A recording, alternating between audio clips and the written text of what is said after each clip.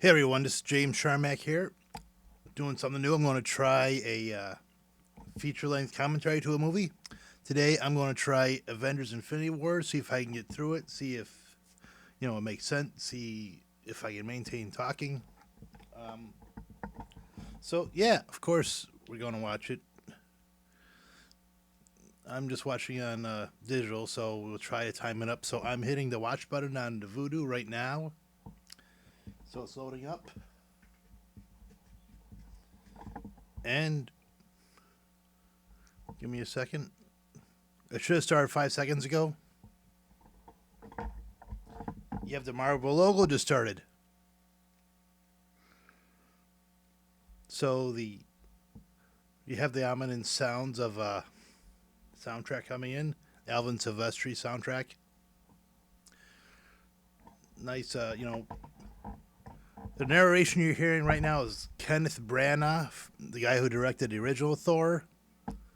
Obviously, taking place more or less right after the end scene of Thor Ragnarok. Marvel Studios 10. Highlight on the 10 there. Okay, so this is a gut punch of an opening, I gotta tell you. Just the hopelessness. I mean, you know what you're getting into when you see Infinity War, am I right? But still, it's just right off the bat with the attack from Thanos, destroying the Asgardian ship. I find the fascism, or more or less the religious zealotry of Thanos, a bit unsettling. About how they're, more the Black Order, as they're called, are more like religious disciples or apostles, to say, who trying to spread out the religion of Thanos across the universe, and that's pretty creepy. It's especially Ebony Maw, who's more or less trying to, I guess, spread how he sees it in more or less madness, I guess. But, you may think you're getting hurt right now, or killing you, or hurting you, but, this is for the universe. This is how it needs to be.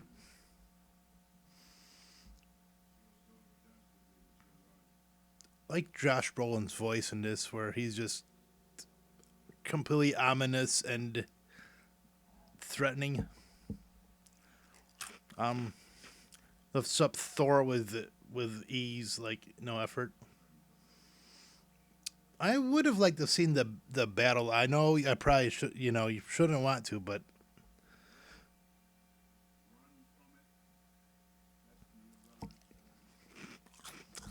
he does give that nice speech though about destiny and how he is inevitable, I guess.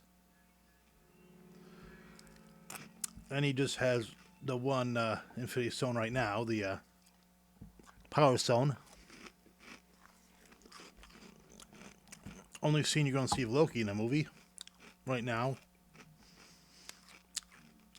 You kind of don't know where he's going to go because Loki's had a checkered past, right? So, yep. Are you kind of surprised that he's telling them to kill Thor?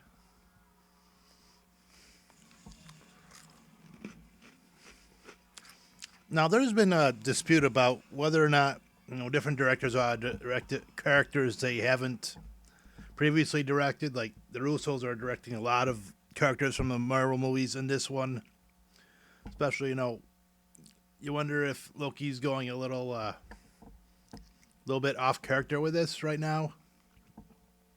But if you saw Thor Ragnarok, he's kind of made his peace with Thor, more or less, particularly towards the end.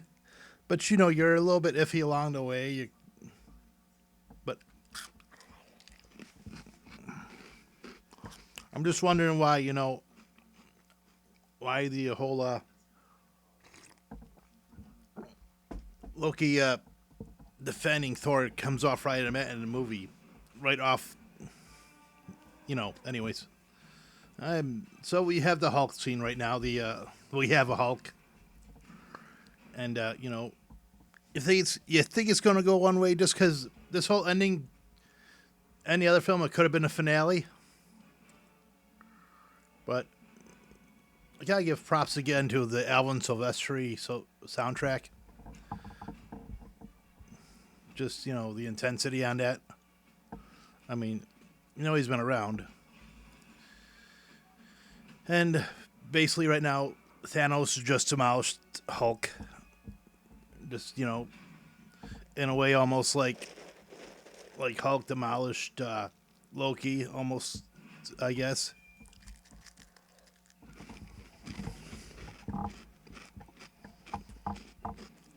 And it's really interesting to see this, see Thor, and the way you've seen Thor in every other movie. He is a god more or less, and he's just decimated by the Mad Titan.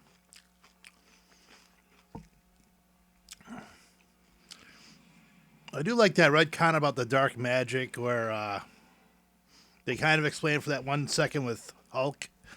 Because if you've seen Dark World, you know that. I mean, if you've seen the original Thor, they destroy the gate for now, and then in Avengers they talk about the dark magic that gets Thor sent to Earth.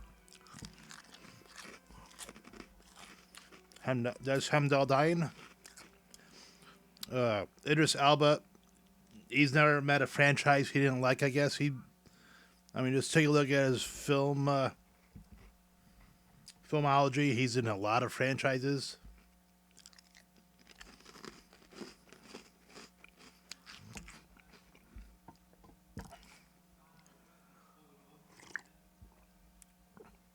I wonder if the whole, the Infinity War presentation is ritual. It just seems like it's kind of scripted. Like, this is what I want you to tell me when you give me the stone every time. As Ma's giving Thanos the Tesseract, or basically the Space Stone.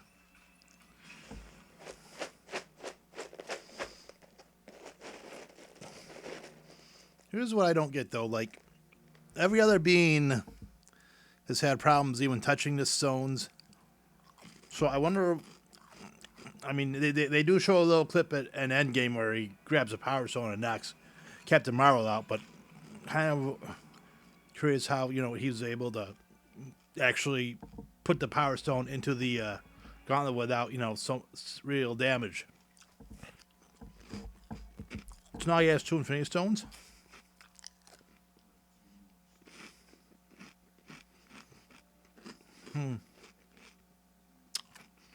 Kind of curious how he knows. I mean, Thanos probably knows because he knows a lot. He's never been to Earth. Actually, he knows the scepter. Just wonder how he knows the time stone.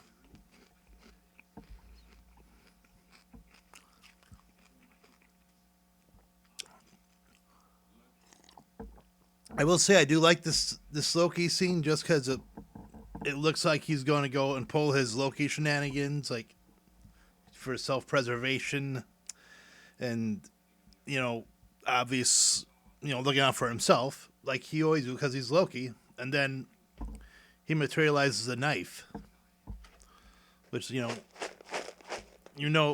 completely out of character. Even if you've seen Thor Ragnarok, even when it looks like, he's teaming up with Thor, he's still trying to, turn against him and all that. Up until the final battle of that movie.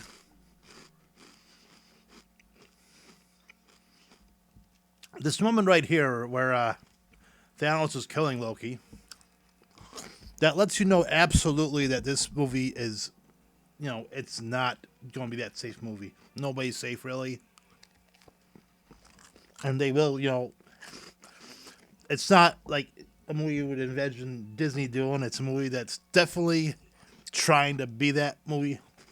It's like, yeah, we're taking risks, we're taking chances. We're killing one of your favorite villains, I guess. So how do you like us now?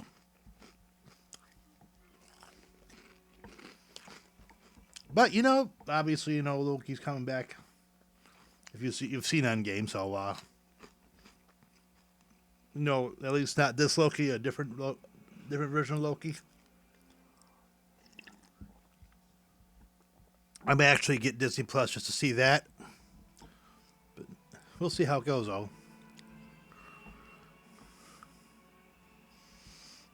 I mean, when I first saw it, I'm like wondering how he, knows exactly how to operate the stones. But I figure he's, since his whole thing is trying to find the stones, he's had to have done decades of research about how to use them, how to access them, whatnot. I guess. And yeah, this whole beginning part of the movie just, like I said, it lets you know that nobody's safe. Even they make it look like they're destroying Thor, for example. Like he's just there, he's at his lowest point, and it looks like he's dead.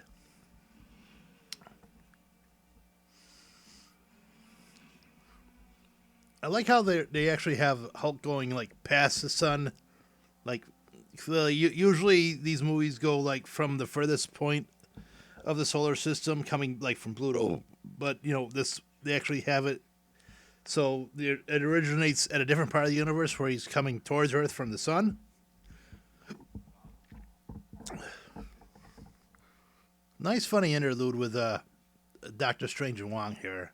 I really wish they came up with a Wong action figure. That would be nice.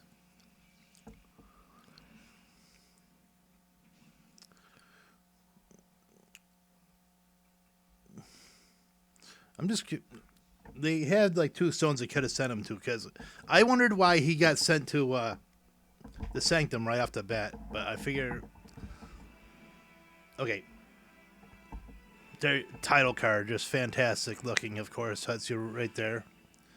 So yeah, going back, I was like, how did he get? How did they know to send him to that point? And then stupid me realized down the line, probably that's where the time zone is. Now you have a quick scene of the Tony Stark Pepper banter. It's more, it'd be more foreshadowing for the next movie, I guess. I find than anything, and kind of explains that even though Tony Stark has technically been out, hasn't been Iron Man, he still has that backup just in case, because he's still addicted to maybe being Iron Man if he has to be.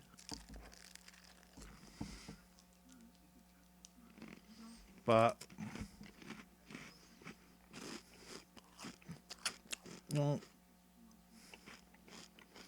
does tell you that Tony Stark's in a nice place where he's not no more or less relying on being Iron Man, but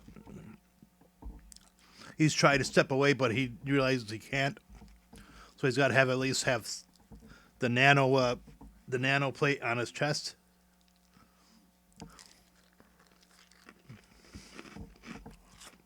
In his cavity.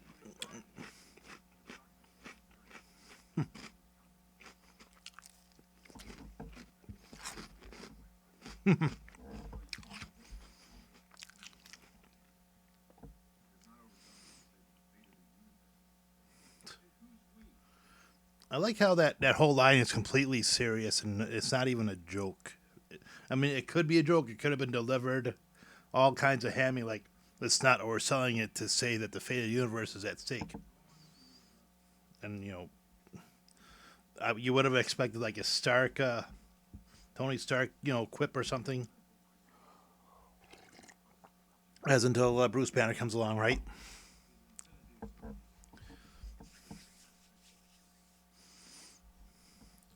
Nice little thing, just in case you're one of these people who hasn't watched a single Marvel movie. It just explains you what's happening, what's going on.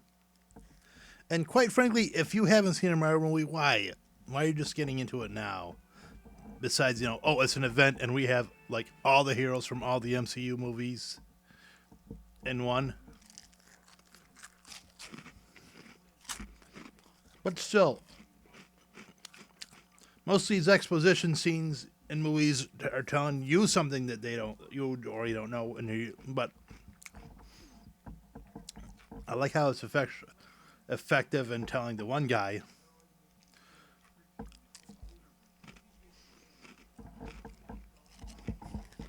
But then again, it's also explaining Thanos, who most people knows Thanos, but they don't explain who he is, what he's done, how he is, and whatever.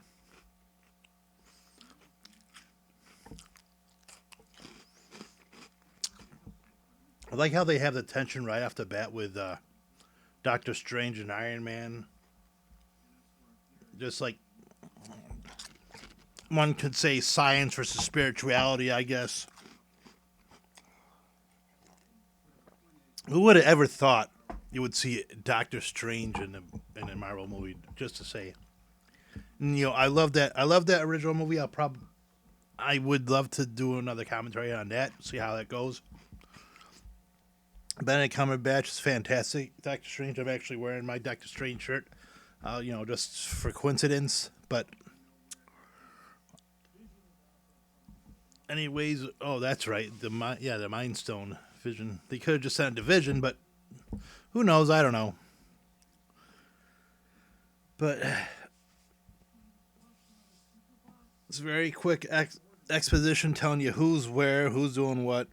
Again, just in case you need to be reminded about where all the pieces are.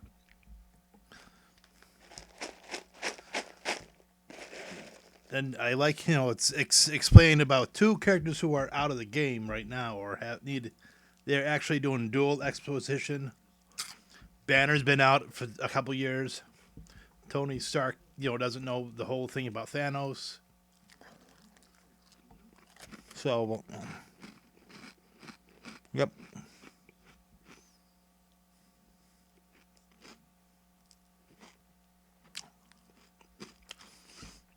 And that whole thing about the line where Banner's talking, you can do what you want, but Thanos is coming. I don't get to figure out how to stop him.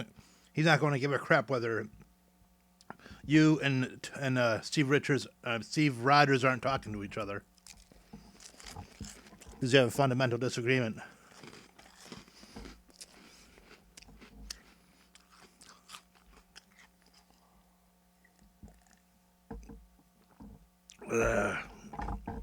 So we're getting onto the first, I wouldn't say the first big action scene, but it's a nice little joke coming up. Like it could be a throwaway, but it's a little funny, but it has a moment of dread. Like, oh, he has the ability to move his hair. That's interesting. But some movies basically would just send, like the original Avengers, the gathering of heroes. Like, I like how, say, more or less the ones in this scene where the alien ship is seeking the time stone. That's more like a coming together of like Strange, Iron Man, and eventually Spider-Man. Would have liked to seen the MCU TV characters coming into the scene, or at least do some kind of cameo or whatever. But that's just me.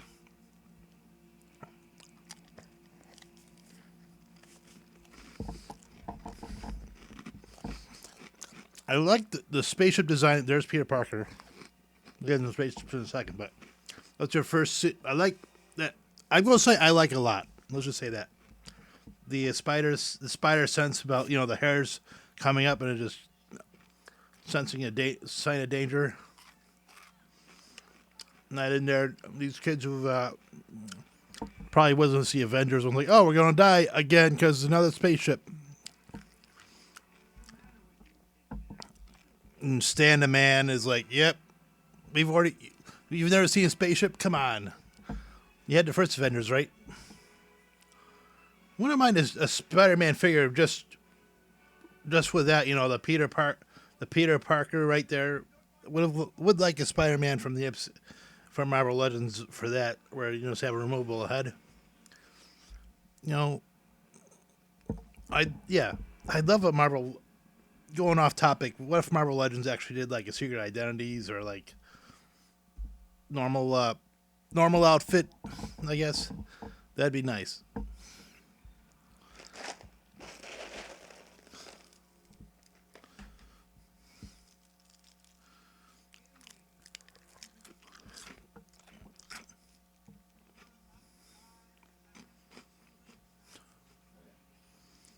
It's almost like, when Ebony Maw is reciting his lines, is almost speaking a prayer. Like, rejoice, you're about to be killed for the greater good. Much like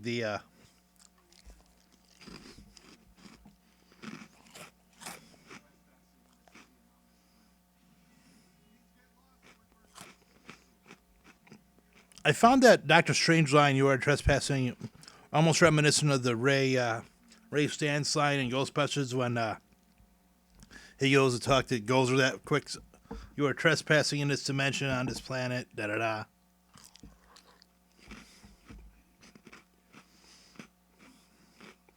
Well, let's talk about the Bruce Hulk dynamic here. Just he's Hulk is Hulk. He's angry. He's Hulk is the strongest one there is, and just the whole fact that that Hulk is basically at the point where I'm not the strongest there is. I failed. I got beat up by Thanos. So yeah, I'm not gonna he beat me good. He almost beat me within an inch of my life. I'm not coming out. I'm staying in. So the Tony armor here, the what was it, the 50? Just it harkens back to that Black Panther the after credit scene where Wakanda says they're going to share their technology. So clearly Tony's adapted already. But I do like the whole science and mysticism being used in the battle scene against Ebony Maw and Call Obsidian here. And Tony Stark's trying to, tell Doctor Strange, get away as far as possible. But, it's like, I'm in the fight. I can defend myself.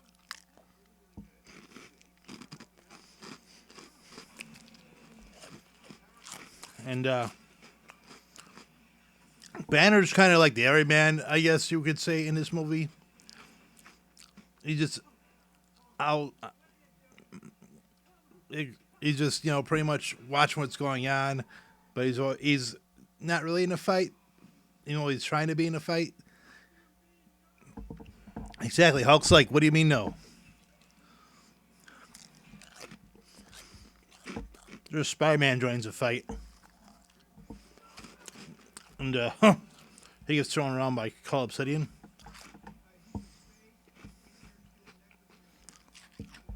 Came here to steal a necklace from a wizard.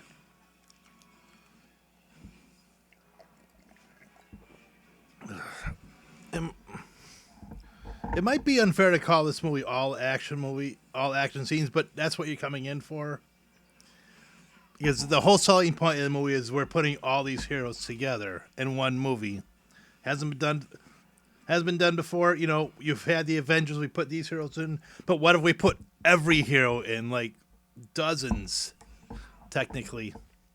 It's like, what, there are 3 dozen of the heroes that end up in Endgame in the one scene? But, like, you have...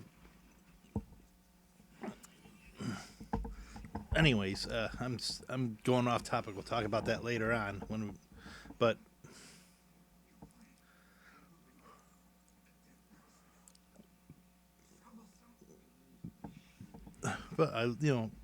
again, this the more you learn about Ebony Maw, the more it's kind of fascinating. I had to do my own research. He's like he's pretty much Thanos's, I guess I wouldn't say executioner, but he's like his heavy religious zealot, and he's the guy who, when you want something done that needs torture or whatever. But so on to the scene where Spider-Man's being taken off to space, and Stark's still dealing with Kel Obsidian.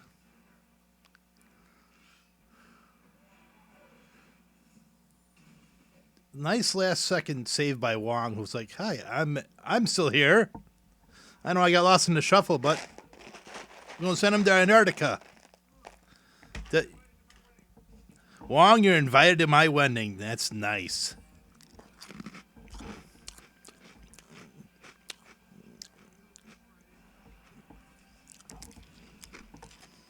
I love the build up in this scene, the whole, particularly around Spider-Man. Just you know what's going to happen. Like the music's driving. This is probably one of the better setups. Just like the intensity, the drum beat, the percussions. As it's going back to the earlier Avengers movie where a suit's actually saving somebody. And it's exhilarating to see the I know people knock the Iron Spider suit, but I dig it. It's kind of exhilarating.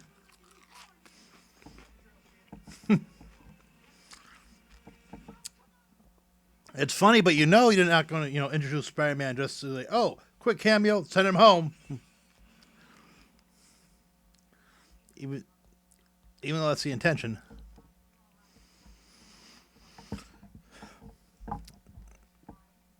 Why? I know there's a spaceship, but why?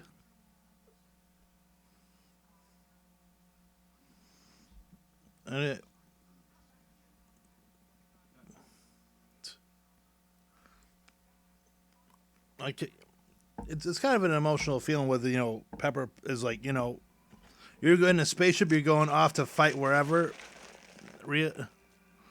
Like you don't get yourself killed or she doesn't say it, but it's not because she's being selfish, but it's more are you sure you want to be doing that right now? It's something you've never encountered. You really haven't encountered. Well, technically it is, but in a different way. It's not.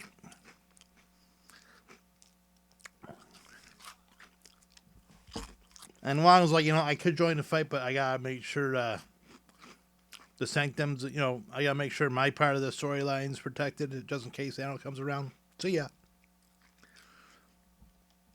Now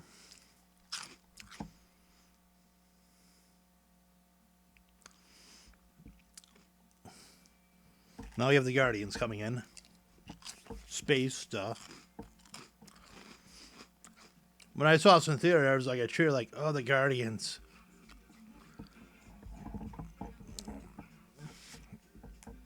I do like, it's hard for the directors to try to match the tones or to have all the competing tones in all the movies interacting.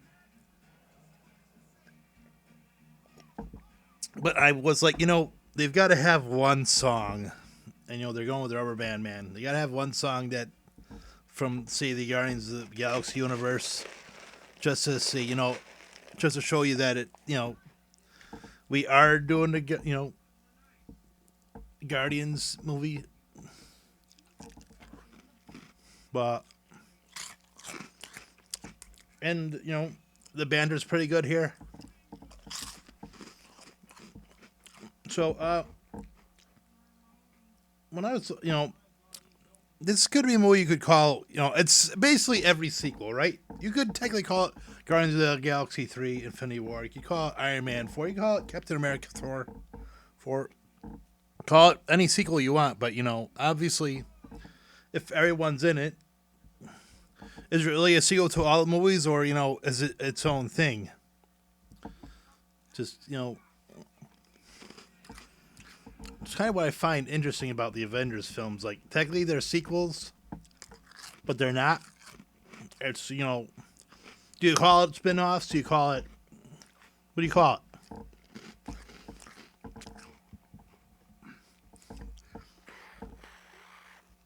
I mean, I just put it... Just, obviously, you stick under the banner of the MCU, right? It's, you kind of figure Thor isn't dead because they're not going to, kill him off right off the bat in the movie, but interesting for the Guardians meetup, right? And even when they have somebody that's like in his condition, they're still cracking a joke, and Star Lord is still being Star Lord and whatnot. And you're like, oh, we found it, but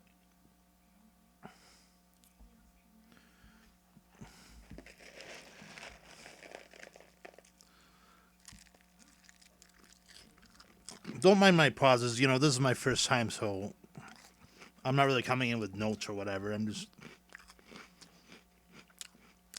love how they established the whole Star Lord Thor jealousy for Thor and whatnot. Like, oh, he's so strong. With like, say, Drax is like, oh, this is a man. You're a doughboy.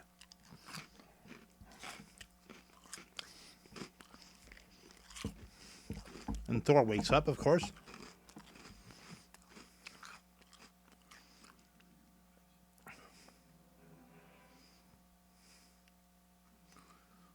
So now we have another Thanos exposition. But, these characters don't know. Thor's gotten cleaned up, apparently. But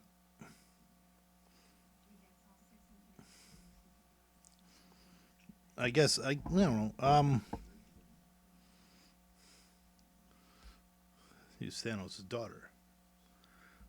And, it is interesting to show a connection between, like, you're, like, related to a villain. What a coincidence, so am I. My brother was a villain. I mean, it almost looks like, he's going in for, like, an insult or something, but then it's like, I can relate. I get it. I just had my sister try to kill me. So if you haven't seen that movie, that's a little tie-in if you want to see Thor Ragnarok.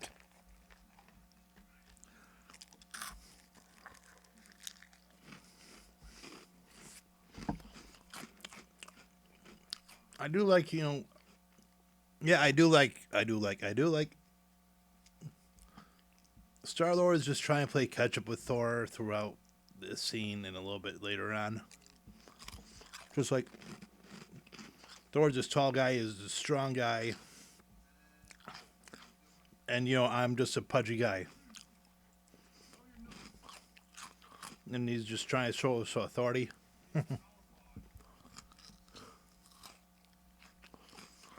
And and and whenever he's trying to show his authority, everyone's just laughing their head off at it.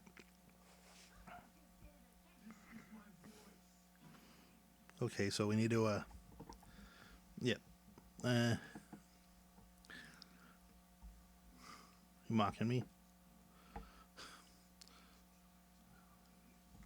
Just I do like that they try to put comedy into it. Because it is a Marvel movie and they put some jokes in. Especially that's how the Guardians works more or less. Just the banter between all of them kind of does work a lot. Um, but it's not afraid to have that humor and be serious alongside. Or but hold on a second, I guess.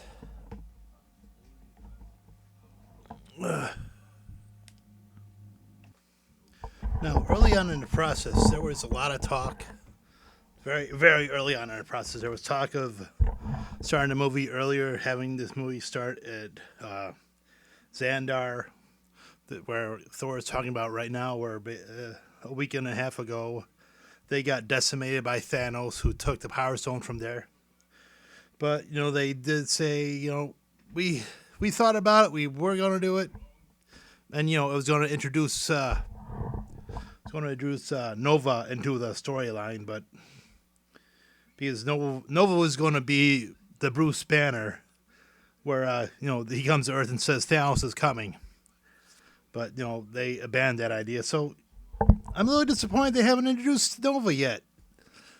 I would have. They probably should have put him in this movie one way or another. That would have been cool to add, but whatever. I like they have something they call strange alchemy, where it's more Marvel team ups throughout the movie. Like you have the Thor teaming up with the Guardians, or at least Rocket and Groot throughout. The latter part of the movie. You have Iron Man, Spider Man, and Doctor Strange. We'll get into that later on, and among others, just they were just trying to figure out who would work with what, and if you're like me, you were waiting for Doctor Strange to at least cross paths with Iron Man just because the whole Sherlock connection that they have. But the way it works in this movie, it works so much more.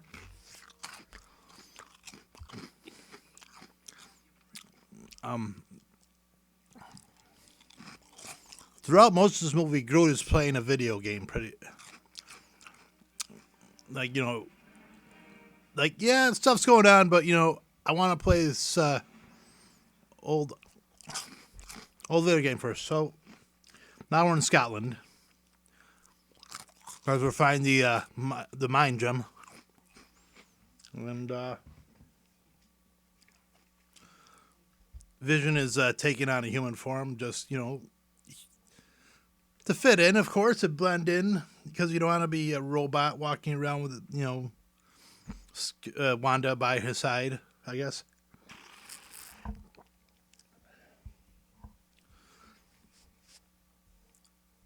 It's a nice nod to the comics. I know they're exploring it in Civil War, but to have it all fleshed out, make it believable, like, oh, she's in love with an android. Who would have thunk, right? But, they make the love story so it's feasible and it works. And it provides Paul Bettany with a chance to not wear makeup.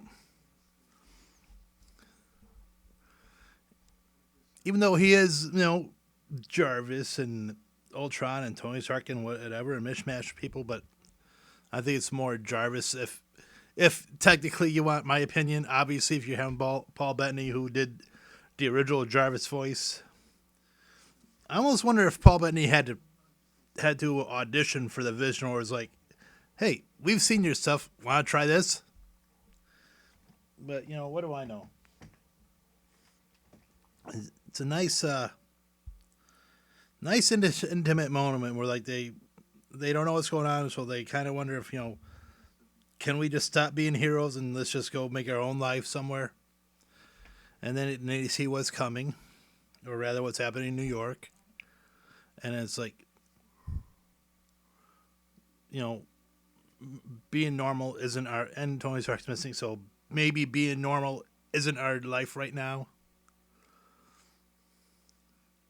So he's like, I gotta go.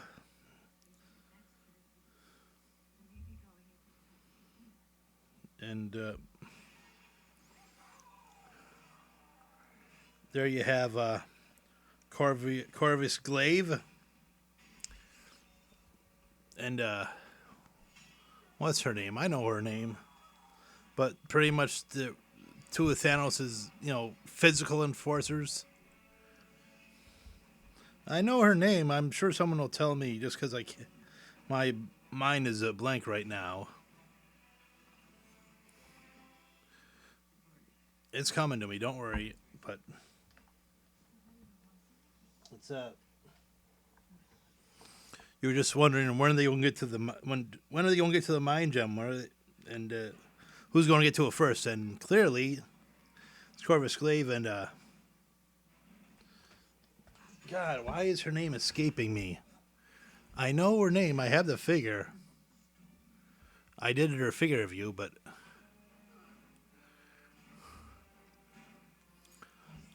just the level of lethality that they've given the Black Order, just I dig it.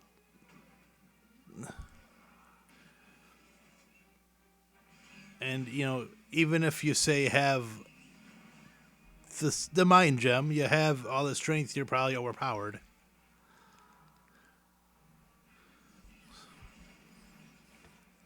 God, why can't I think of her name?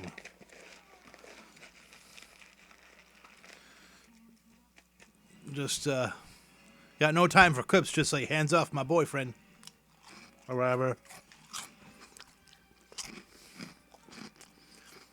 I'll be honest. Right around this point, I'm wondering like, when are like Steve Rogers gonna come in? You call Steve Rogers. What's he up to? Where's he been to? What's he doing?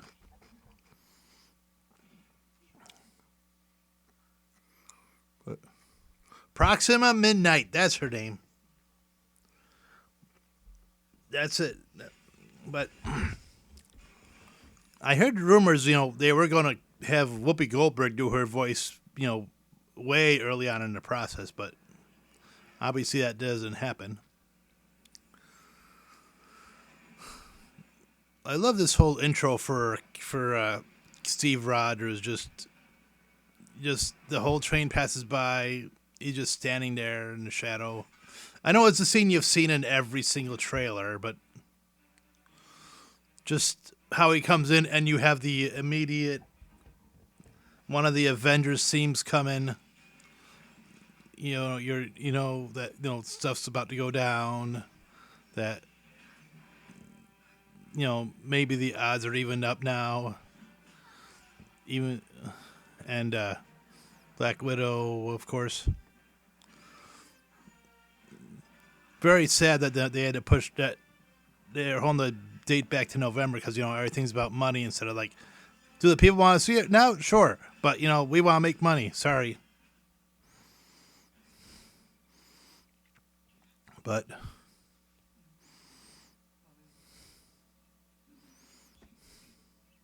says you, or she says you'll never get a chance to kill us again, right? Oh, you can't have that staff. We'll take it back.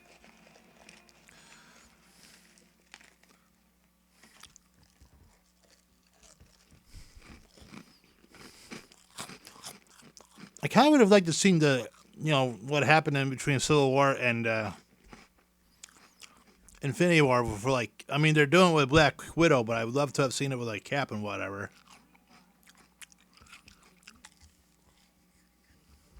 But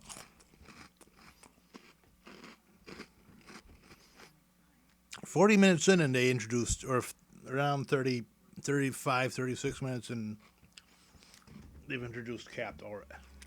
It's a little bit long, but okay. I'm not quite sure that the whole storyline or the flashback for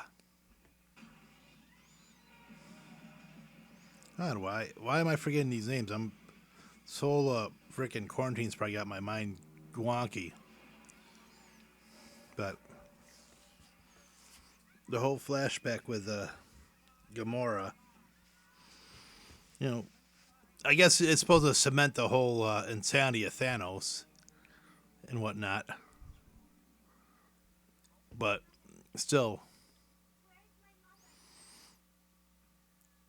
the whole, zealotry about we're just going to invade your planet, we're going to kill half your people, so, the other half can live in prosperity.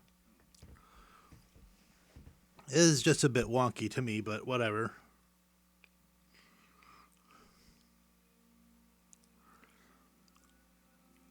But, again, it is a mad Titan Thanos, and at least it's not the comic book where basically I'm just killing half the universe because I want to make Death, who's actually a person, real happy.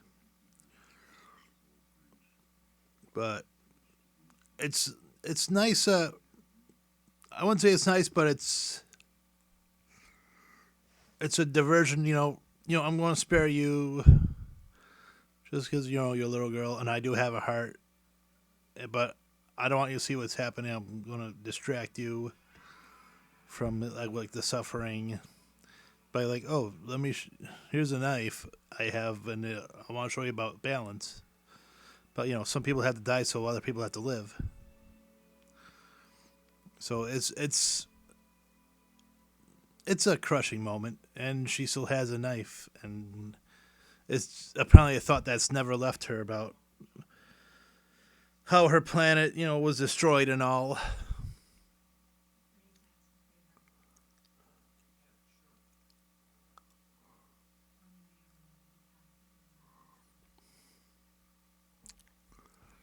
and Gamora understands, the whole gravity of the situation. Peter Quill's more like, oh, it's another mission. We we're just gonna go in, bust some heads, do what we have to do, because that's what we do with Guardians. And he doesn't even fathom for 1 minute that somebody could die, or what the stakes are. Because his whole thing is that he's a mercenary for hire, more or less, and the whole thing is just stopping the biggest threat in the universe. He doesn't get it. He doesn't get that that Gamora is a target or a tool that Thanos needs. And he's like, well, I don't want to admit that, it could be that grave, or it goes to that point. I'll let you, but I will tell you because that's what you want to hear. But, he has that look in his eye like, I can't believe you just asked me that. But it's not, I'm not going to let it get to that point. And, of course, since the last movie, they've become lovers. And one of the more quotable moments, I guess, from the movie, where, because the Guardians films are nothing if not quotable, you have Drax just being Drax saying, oh, I've just stood here, and nobody noticed because I'm quote-unquote invisible. Or it might be just him making a statement like, "Oh, I'm in this movie too. Just I'm getting pushed in the background or whatever."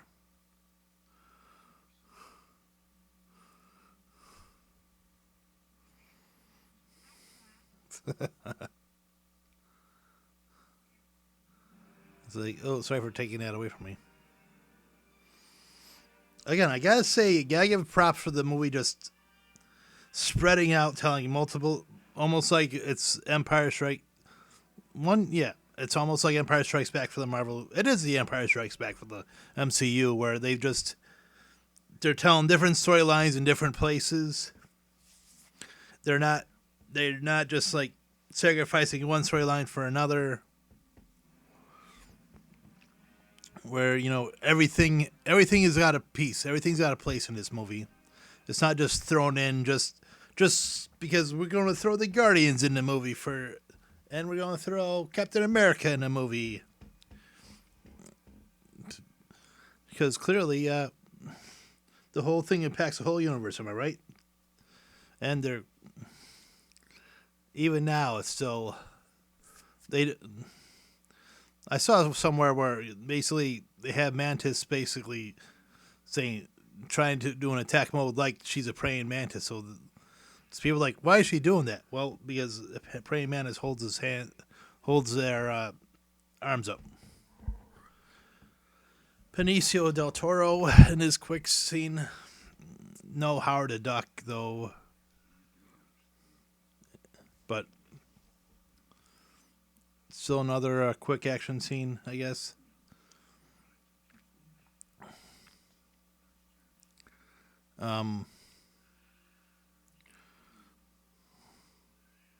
But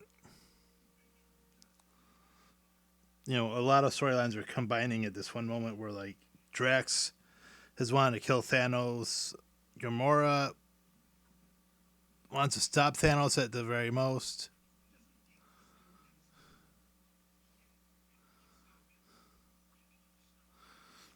And when you think about the whole storyline, he's just watching as this is going on. At any time, he could just, Thanos could just stop and say, "Gotcha, got all you." But he's really just playing this whole thing out for them.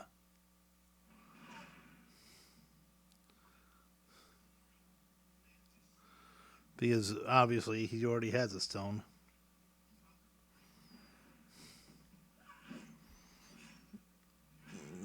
Is what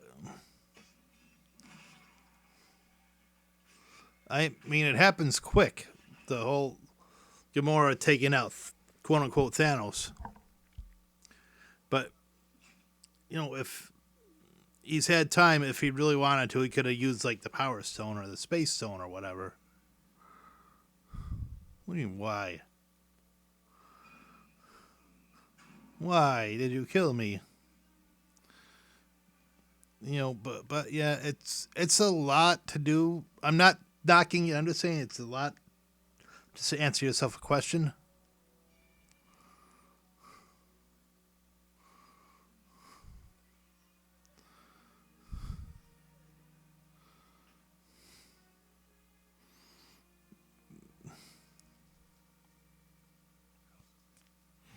Yeah, that was quick. Movie's over. We're not doing a sequel. So, that's why I was wondering in theory, like, that was awfully quick. What do you. I mean, I'm sure it's a ruse and he has a reality stone, but, they actually have him talk really quick so you're not just sitting there wondering what's going on. And it does tell you kind of how the reality stone works, I guess. Is it illusion? Is it illusion? Can you actually? Actually, I'm not sure. Can you make it just an illusion? Can you make it reality, or is it just?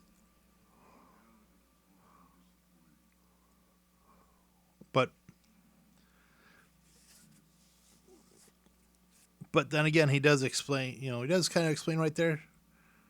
Reality can be whatever I make it to be. Whatever he wants, but like if reality is whatever you want, why, you can make it affect people, can you not? But then again, he's like, I I don't get why he doesn't just leave them there like that.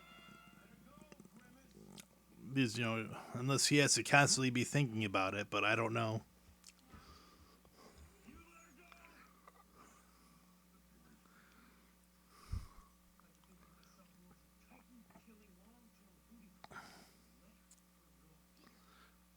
And now this is the moment that, you've gotten to where Gilmore has actually had to ask him to kill her, and he's just realizing that right now. He doesn't believe that he's actually in that situation, doesn't believe he's in that position. And it's like, I can't believe you did this. Like, just his whole look, just to look at, like, this anger and coupled with sadness and just that look in his eye like he's about to cry, like, how did we get here? And Thanos is basically just goading him on, like, kill her. She asked you to kill her. Do it. Don't be a wuss. And he's losing his patience because he's trying to see, if he can or if he will. Even though his whole thing is like, well, I want to see if it happens. I want to see if you can pull a trigger, even though I'm not going to let you do it because it's all a test. He tested Gamora earlier, see if Gamora could kill him, and the test is like, can you kill Gamora if you need to? And you pull the trigger. And I'm not disappointed. I like you because you passed my test. And so when Drax and Mantis are coming back together, is it because Thanos is allowing it? Is it or does like the reality stone have to have a proximity type of thing? I mean, I've never ever read on any of the Infinity comics, so I don't really know how reality stone works. Rhodey's in about 50 minutes apparently, and Thunderbolt Ross.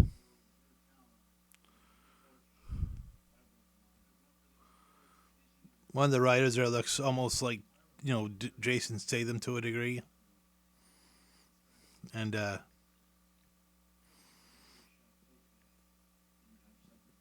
not the biggest fan. I mean, I get Thunderbolt Ross. It's the way they've done it in Thunderbolt Ross has got to be that guy who's like, screw this. I don't like how this has gone down.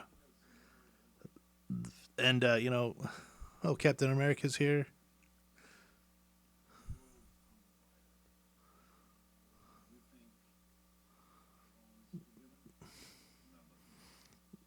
See, that's what love about government bureaucracy in like all these movies. Like he'll flat out tell you, well, we're up Craps Creek right now, but I still got to make you pay, even though you should be a beneficial tool. And we should have we if you were a good guy, we would have you on the front lines. But since you're a war criminal and you chose Bucky over us, guess what? You're a wanted man. So sucks be you.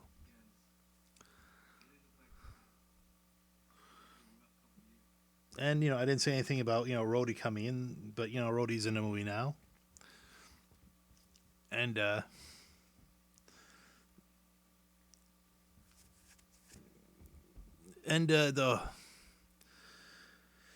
love story between Black Widow and Banner is never spoken of again in this movie.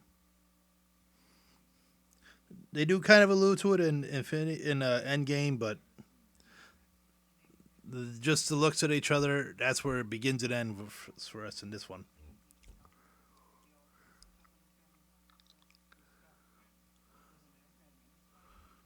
More exposition.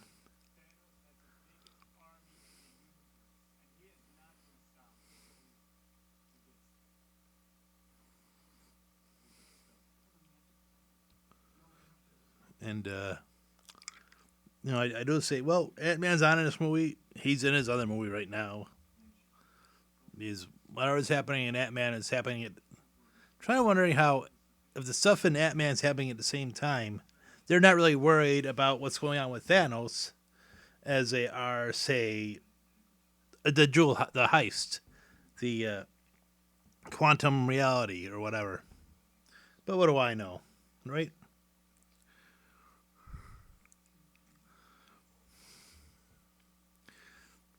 Just there's a lot of talk of finality in this movie. Like, say, Gamora says, "You have to end me if it comes to this point," and Vision's like, "You have to end me if it comes to this point."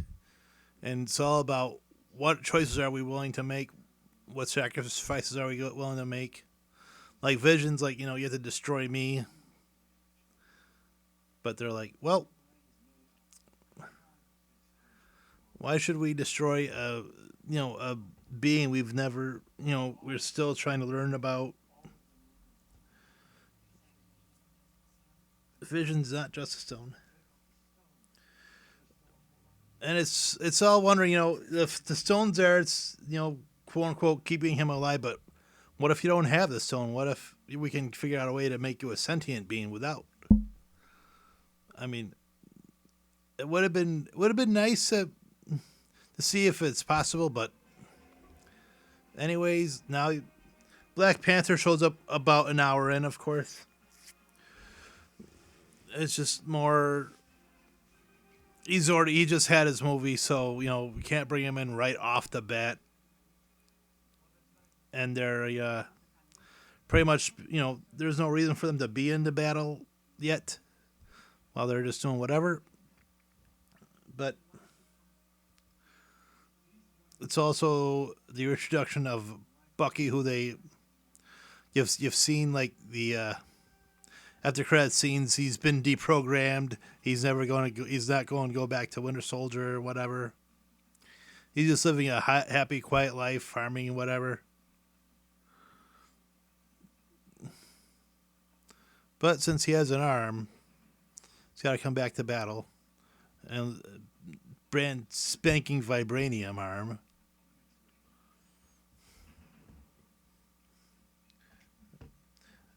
And we're back on a doctor. In case you forgot about the spaceship, of course, we're back on Doctor Strange storyline.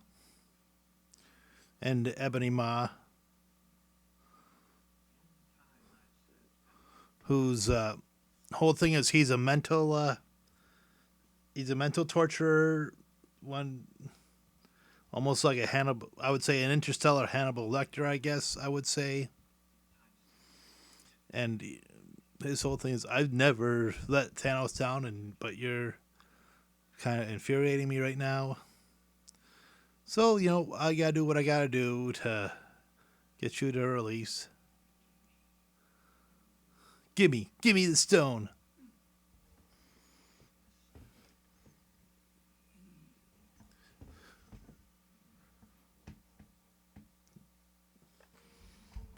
Okay, so it's probably a big ship because only now is Tony Stark getting to the point where Doctor Strange is in there and Spider Man's getting there.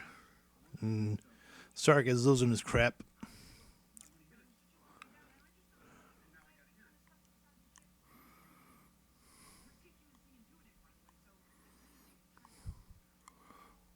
And I love Peter's reasoning for him still being on a ship. Well, it's not entirely my fault.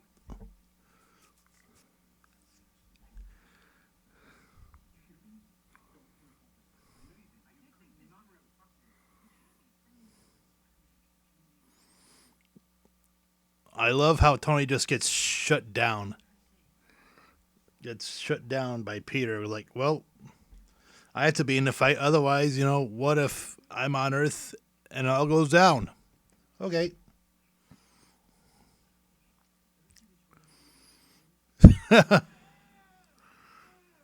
Never see this. I love how he's like every movie's an old movie. Empire Strikes Back, Aliens is an old movie.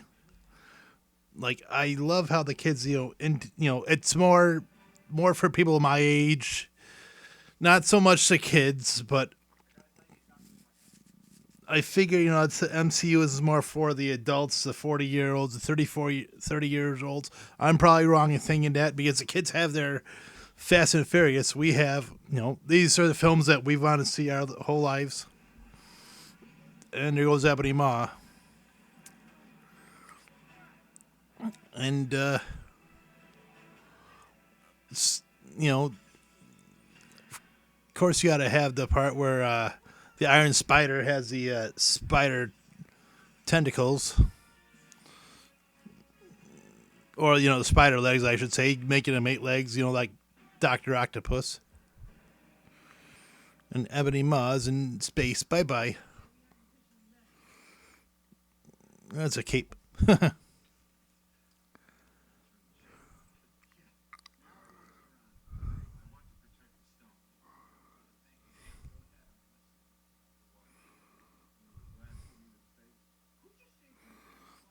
The whole, I'm not sure I would say argument, but more banter of the different ideologies between Stark and Strange here is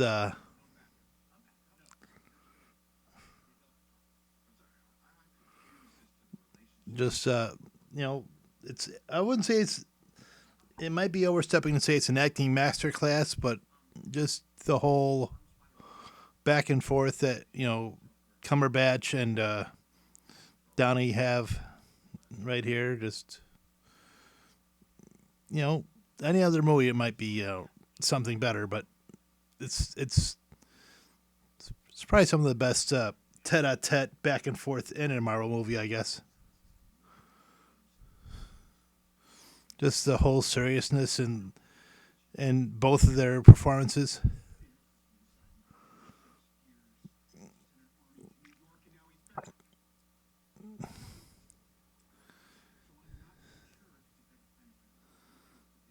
But and I don't mean to pause and stop talking, but I'm just watching the scene.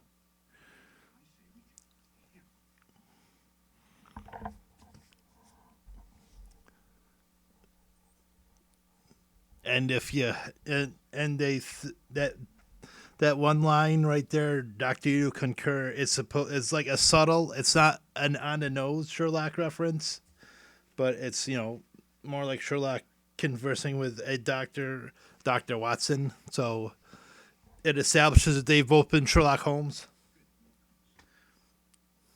and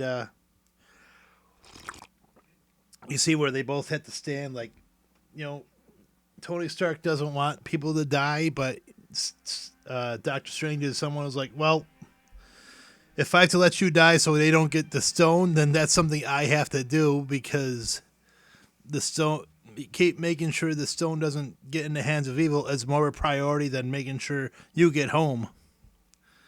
You know, there's something to put morals versus the greater good. But that being said, I mean, sometimes you have to put morality in the back to make sure the get to the end solution, I guess.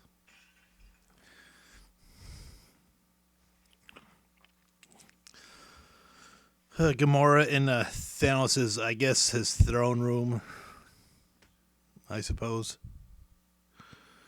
I suppose he has that set up just because he was somebody who probably wanted more followers, if I can get that word out. More zealots, more apostles, whatever. Who would see the way things are, see his point of view, and they do try to humanize him here, make it look like I'm not some cardboard cutout villain. I do have a reason. I do have a method. I have an ideology. I believe I know what I'm doing. And I'm trying to relate. What we've done. We used to do this. We used to run with the wolves. We used to do what I'm doing now. I don't understand how you fell out of sync with that, but it is what it is, I guess. And I just want you to understand. I want you to come back into the fold,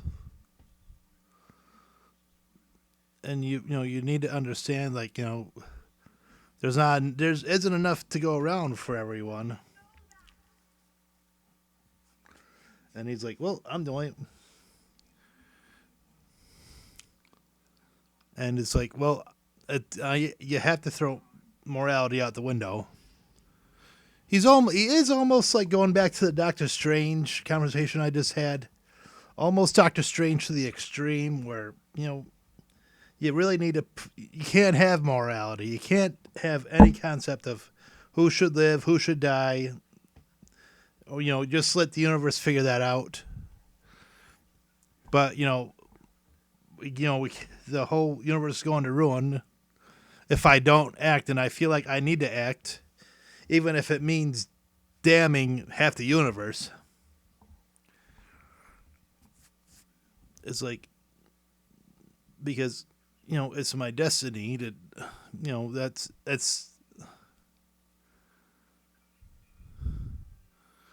the way the universe has gone. And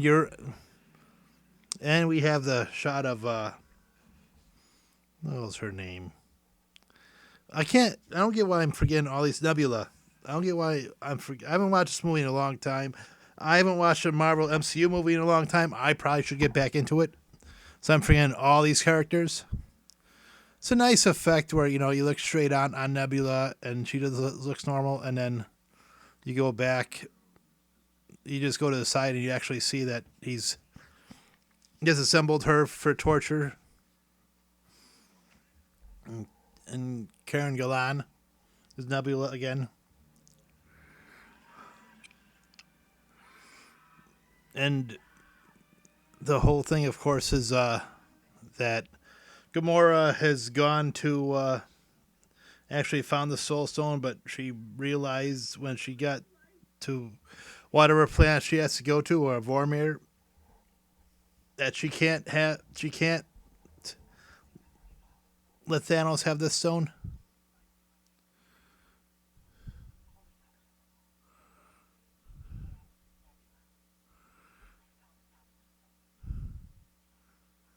Because she realizes that, or she realized whenever that Thanos is on the road to becoming a demagogue, and you can't let that happen.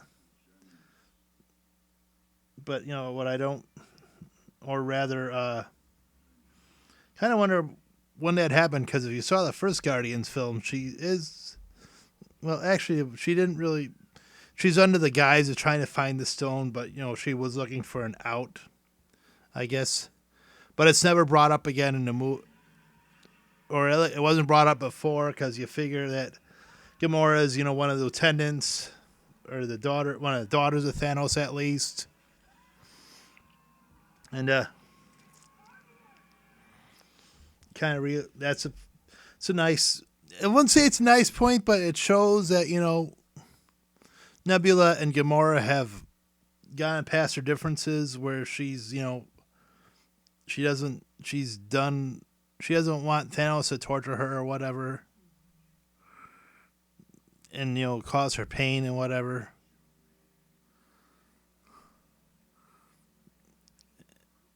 And I like that shot where you're panning over the pod and it almost looks like there's an enormity to it, and it's really just like maybe one room.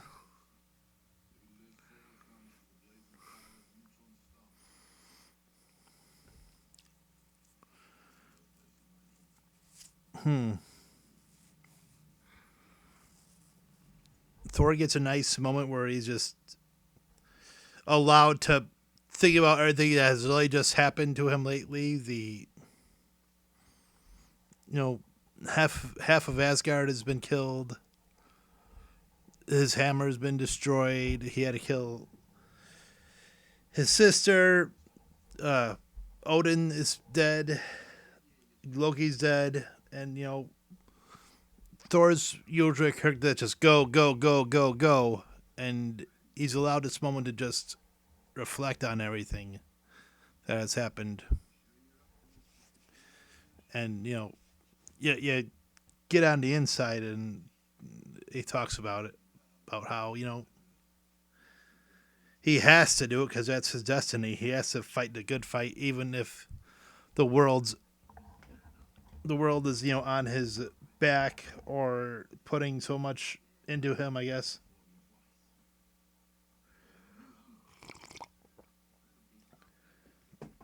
And well, he's he is kind of looking not only for revenge against Asgard, but he kind of has a personal thing too towards it, I guess you could say.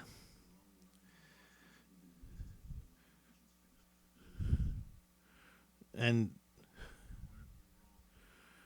he feels like he has a destiny.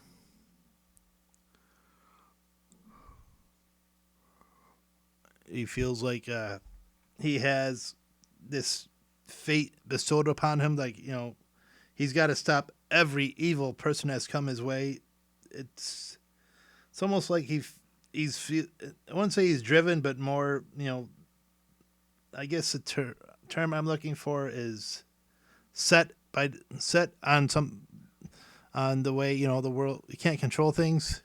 It's just what he does. It's what he's always done. So he's got to Thanos is just the next person in the long line of killing despots, defeating villains and whatnot.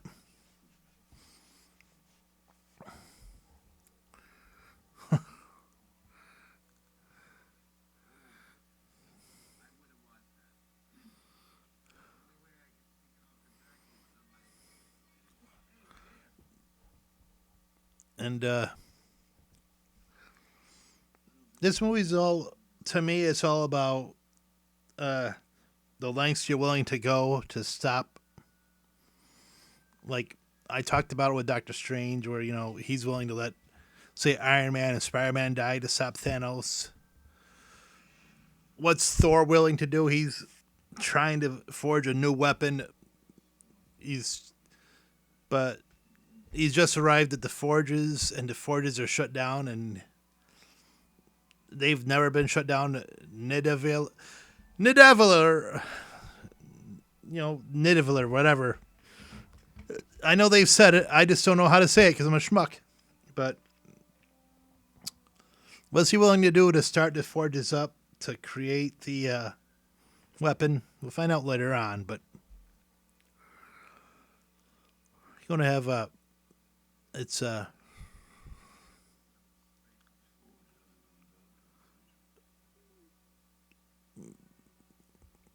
it's yep, and kind of realizes that they need to get out of there. Peter Dinklage makes his appearance. Ironically, they make him the tallest person in the movie.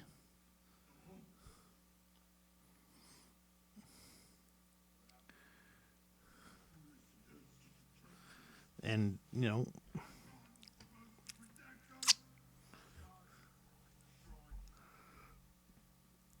it's just everything, coming to light. Dinklage does a good job with his acting, of course. People love Peter Dinklage, am I right? So it's just, he's just someone that feels like he's another person that feels like he's failed.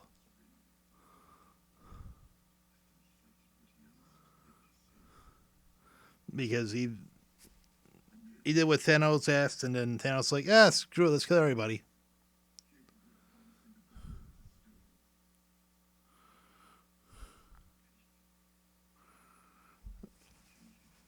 Just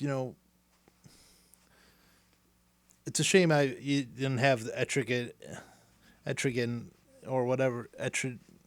I don't know his name. I haven't seen this movie in a while. I probably should start watching it once a month again. But he does fantastic acting with it. Just he has that kind of expression with his face and whatever.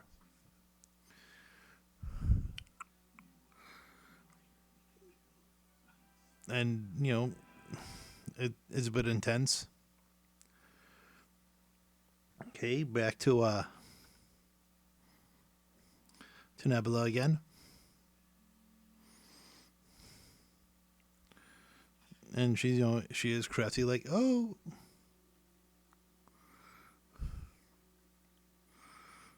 I don't think Karen Gillan gets enough credit for having to deal with all these prosthetics and whatnot and whatever. If you saw the original, Guardians of the Galaxy, she actually had to shave off her head. So that had to be a bit of a drag. That beautiful red hair had to disappear. And getting on Titan now, so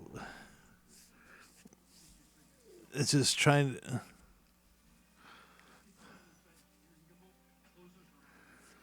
kind of forget how tall the black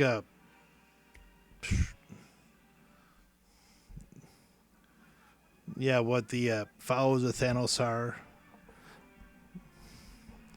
So sorry, I'm just watching the movie right now. So we're at the point where Doctor Strange and Spider-Man and Iron Man are crashing into Titan right now. Because the whole storyline right now is, make him come to us. Let's set it up instead of, try to run away and have him possibly catch us. Why don't we, set up some kind of a trap?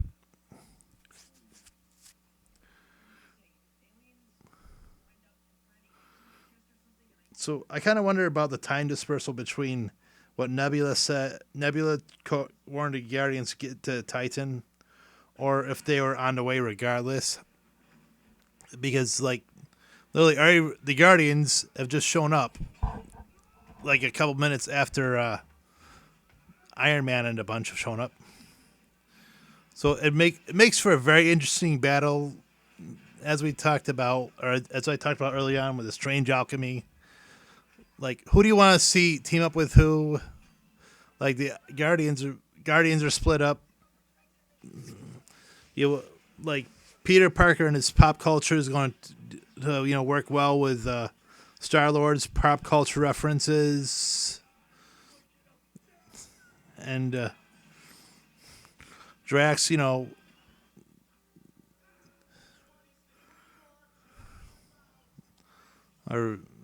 now we have the confrontation, I guess, where you have a Mexican standoff. What is Gamora? Why is Gamora?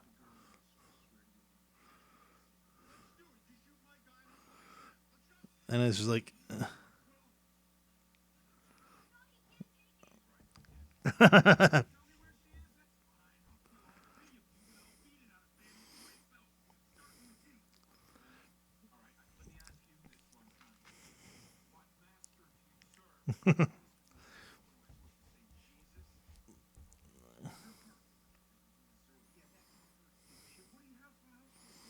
okay, sorry, I'm just watching this scene just because it's it's it's it's it's both levity and both intensity at the same time.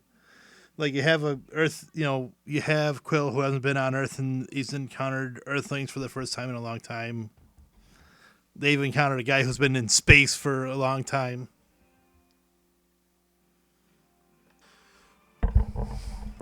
I don't think I talk about the art direction, or I haven't talked about the art direction, just the whole coming up with all these imaginary worlds in these movies, especially this one where a lot of the action takes place in outer space, like say the Forges here, nowhere, Titan. Just so it's like I like the interstellar industrialization of the Forges, for example. It's is what it is, and back to Titan. It's a damage. It's a wreck, and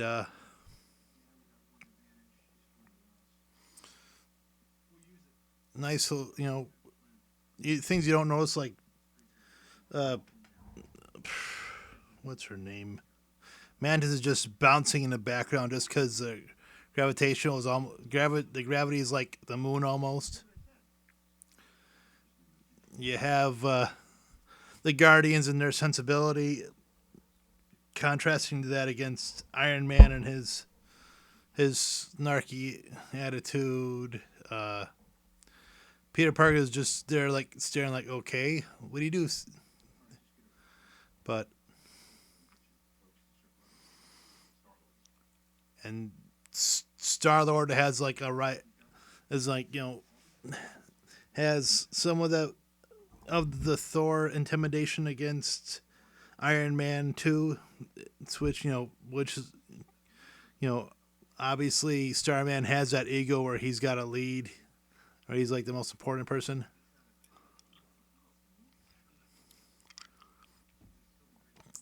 And he has that wide-eyed reaction when the kid brings up Footloose. It's like, Footloose, I remember that movie.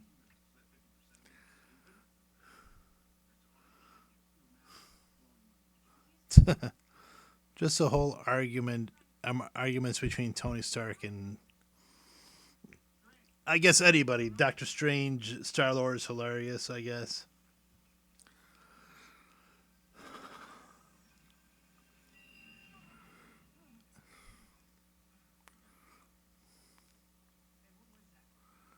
Hmm.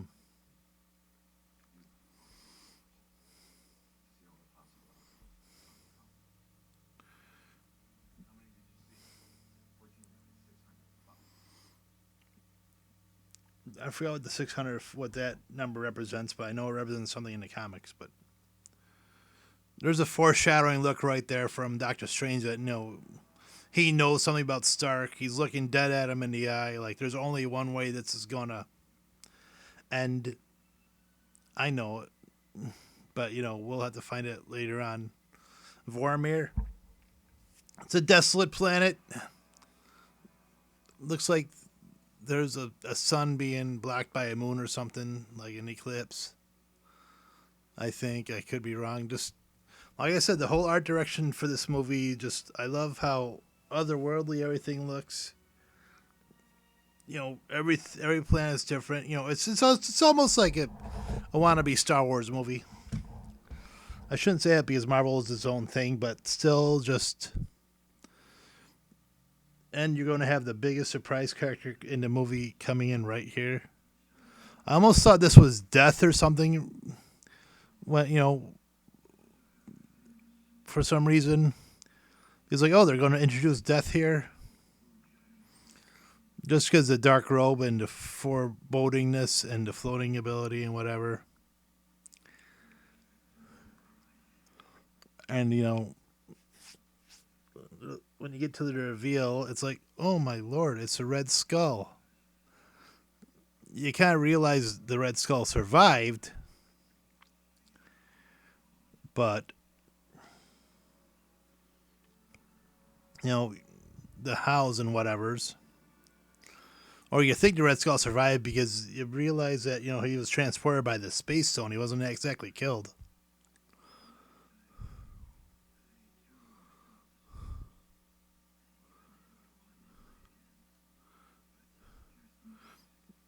I like how, yeah, I'd say it again.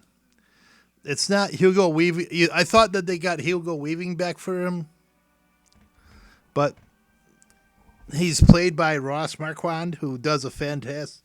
Not only he has the prosthetics to look like Hugo Weaving in the Red Skull, but he does a nice voice imitation. So no, it's not that far off to make it look like they are being by. Like I said, I thought they were. I thought it was Hugo Weaving. Like, hey, you want to be in the makeup again? Sure. But it's if they can somehow incorporate a Red Skull in a future movie, that'd be nice. I want to see what the dude can do. Okay, so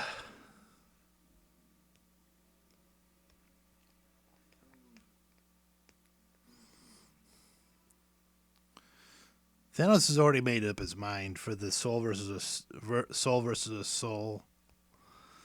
He has a moment of deep, dark, clarity in his eyes. Like, yeah, I have to do this. And Gamora is like, and he's like, he has that look in his eye, like, it's not fair. I can't believe, this universe is forcing me to make this choice. Even though she doesn't know I love her, I do love her. And, she might hate me, but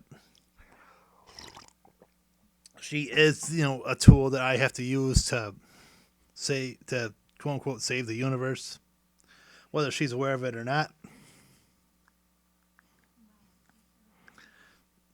And she's all obviously thinking, yep, the universe got you. You've lost. You can't get the stone. Not realizing that he's already made up his mind, and yet he's made his decision. He's going to do what he's got to do.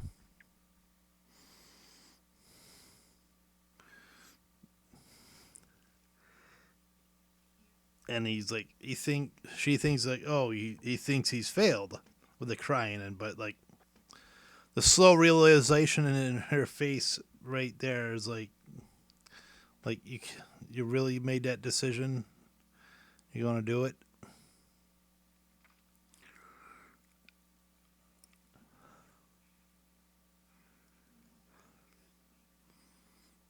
And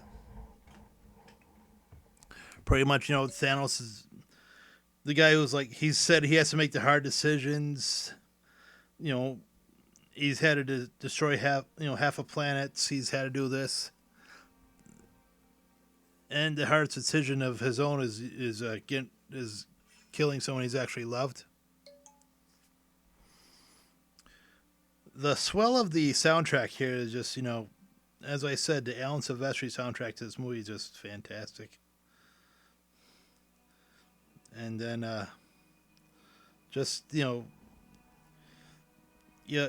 don't realize the importance of a movie score until it hits you emotionally and gets those emotion points, such as the part right here where Thanos throws Gamora over the ledge, killing her, trapping her into the Soul Stone, I guess you could say. And like I said, everyone, this movie's all about what are you willing to do to achieve your ends. He's willing to sacrifice the one constant in his life that he's had a favoritism for, a love for, and you know what kind of a toll it's taking on him, I guess you could say. And it's something he has to do. We'll get back to more of the what are you willing to do soon enough, but that's pretty much the giant question for this movie is like, what are you willing to do? Who was willing to do what to achieve the goals and the ends or whatever. But Thanos is like, he has the prize that he sought, and it's he will say later on it cost him everything. Eventually, and in case you forgot, and I know you haven't forgotten, but really can't do much storytelling with Captain America and his bunch if they're just in a long plane ride from America to Wakanda.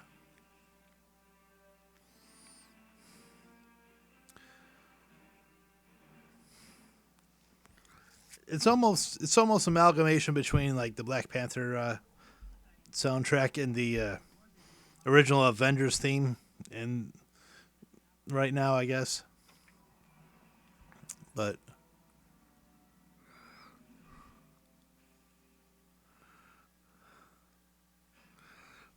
who would have thought that the Black Panther movie would have made $1 billion and be the first Marvel movie to get a Best Picture nomination? Am I right?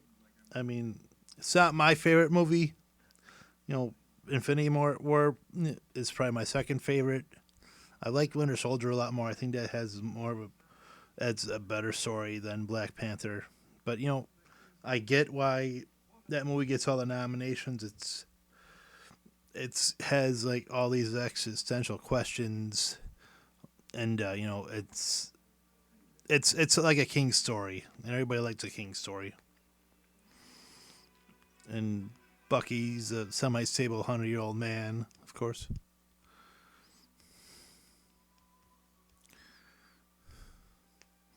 Oh, you have Shuri making her introduction in the movie.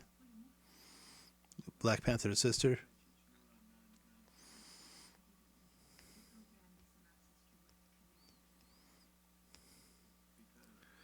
I like how she goes with one of the most brilliant doctors in the planet and makes him look like an idiot. Because obviously, Wakanda has superior technology because of the vibranium, so they're, let's just say, eons ahead of the rest of the world. Hence why they've charted, I guess.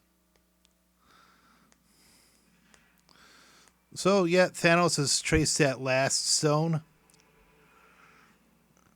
and we're gonna, they've realized that it's in Wakanda where there's a potential to have an army or whatever, and are because of the battles they've had before already, they realize that it's just better to just send a mass of ships or whatever to go and to attack and stage a grand battle, I suppose.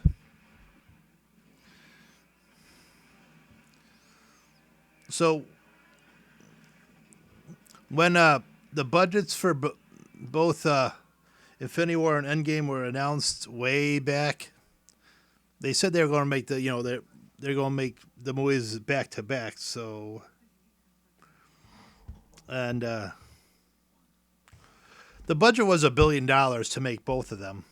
Pretty much, for the act, just I would say actor salaries, but every dollar's on screen and get this man a shield. The trailer line, of course. So of course, Captain America, in order to make sure Vision is safe, he's trying to take him into the most high tech, most possibly unbreachable place on the planet, Wakanda. Now Thor storyline is like it's pretty much the what are you willing to do? What are you willing to pay to make sure to build the Thanos killing weapon as you refer to it as, and well, he's trying to restart the forges, which you have to reposition like the rings, and it's pretty much a giant, almost a planet type shaped thing, I guess, rings around like a central nucleus, and you realize the enormity of what Thor is trying to do through it. Is just this movie was intent on showing like just how much of a, I wouldn't say god, but how beyond human Thor is with his strength and his perseverance, his energy, his intensity, whatever. As the scene just happened where they opened up the nucleus between the dying star to provide enough heat to create the weapon, and the iris shut down. And like, and if you think Thor has given all he has to give, he's not there yet. It's just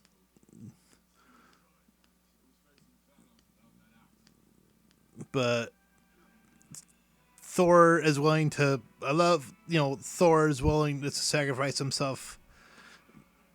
I would say he's been in the position before, but I would just predominantly in this movie. It's more realized that there is a threat to Thor.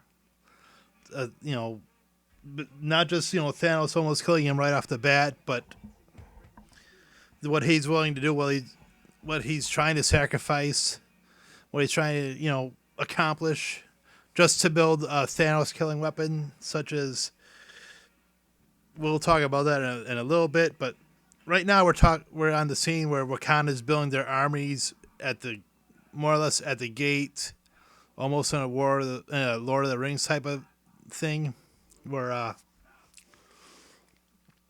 all the factions of Wakanda's come together. Man-Ape's tribe is there, or M'Baku is there. The Avengers are there. Banner's even wearing the a revised version of the Hulkbuster, which I wish they would put out for like a Marvel Legends figure. That would be pretty cool. I'd love to have both of the Hulkbusters in the. I have the prior Hulkbuster for the Marvel Legends, but I'd love to have an Infinity War Hulkbuster figure in the collection. That would be awesome. Let's put them both side to side on the display.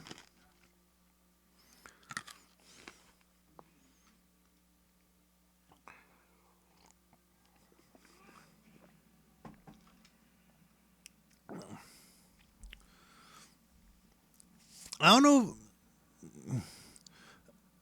I mean, I do get it. That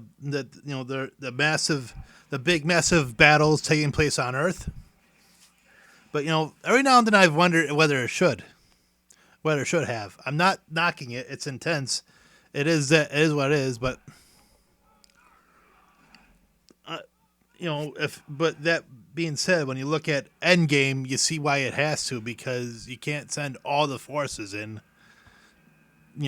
Because I would say it's probably more desperate in Endgame than it is here. Not to say that it's not desperate, or they have acts of desperation to fight these hordes of what they call the Outriders, I guess.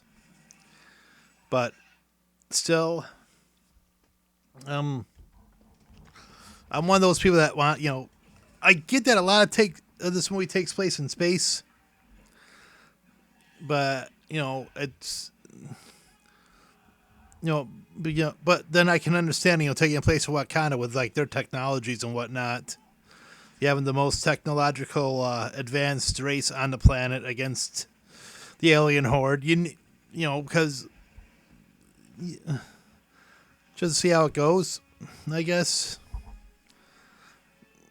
And it's not like say an Avengers where it takes place in New York inside of a populated U.S. city. It's a lot of open ground in Wakanda. A lot of field, and it is beautiful. It's in the African environment, whatever.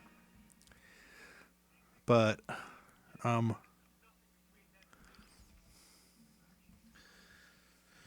yeah. Shoot, I'm running out of things to say as things are coming.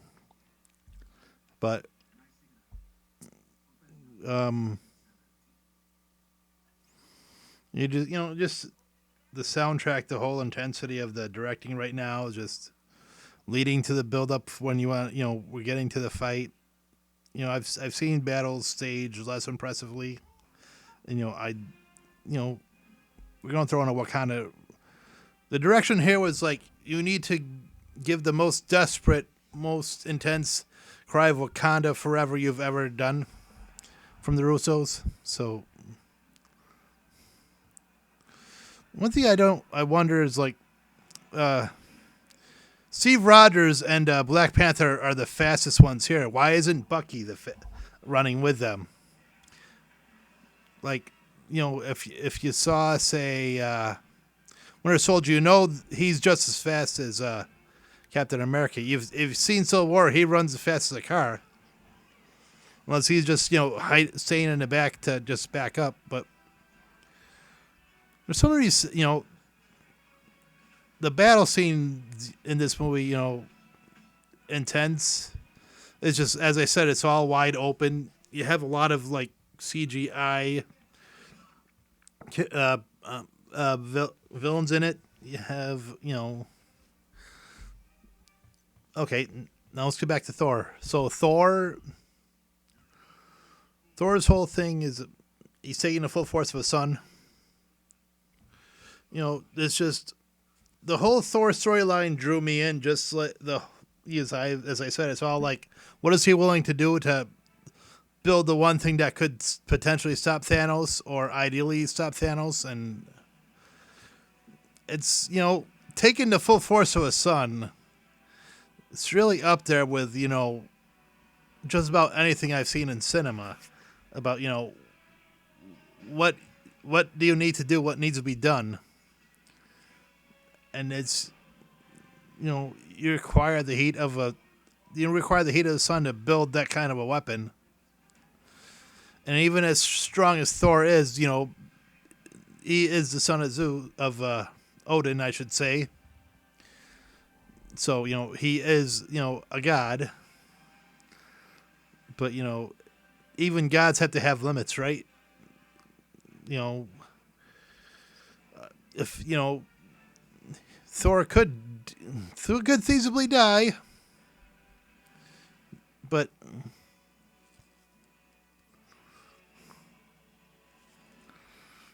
they don't have it looked like Rocket's going to grab him or whatever. Never happens. Groot's looking up from the video game for like the first time in this movie. Because he's just in there, everyone else trying to build this weapon. I'm just going to play my video game. And here's another scene of desperation. Thor is dying. We have to, give him the axe, so he could get his power in. And who's willing to do what? And Groot's... You've seen the movie, you've seen the trailers. It's no spoiler. Groot's building a handle for Stormbreaker. It's one of the shots that they've used to promote the movie. But like, say, just watching, the build up to, the hammer getting built. Now, with that last scene where the Stormbreaker is built, there's a lot of intensity there. as Thor is weakly reaching out for it. You don't know where you think it's going to go somewhere, or he's not going to get off right off the bat and get it. Of course, they did have that scene in the movie, so we're back, or at least a scene in the trailer where he's got Stormbreaker on the forge. But I'm so glad they didn't put it in a movie because it just gives a build up to this coming scene so much more power to it. This is probably going to be one of the greatest ex machina scenes I've ever seen in a film. Just everyone's getting the crap kicked out of each other from the aliens, and then the Bifrost opens, and all you see is Stormbreaker coming out, just laying waste to the alien forces over it, and you have the music swelling, and Thor is right there, angry, fully powered. If you had to see this in the theater, it's just everyone's like, "Oh my god," and cheering and just standing up. It's just ridiculous.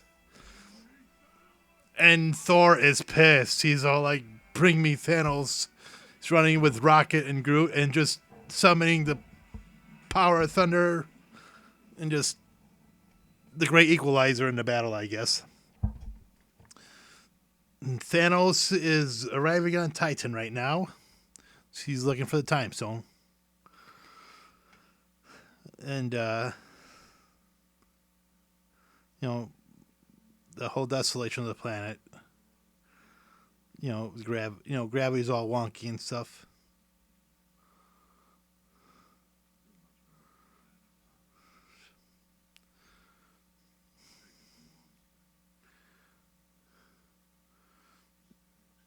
And there's a nice little small conversation between Thanos and Doctor Strange.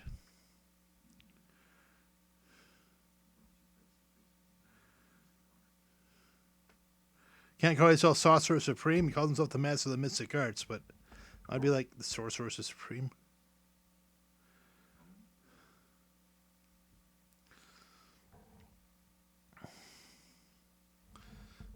You almost wonder, if Doctor Strange is almost taking a leadership role in this, just instead of Iron Man, because seems to be more of a connection between Strange and Thanos for whatever reason.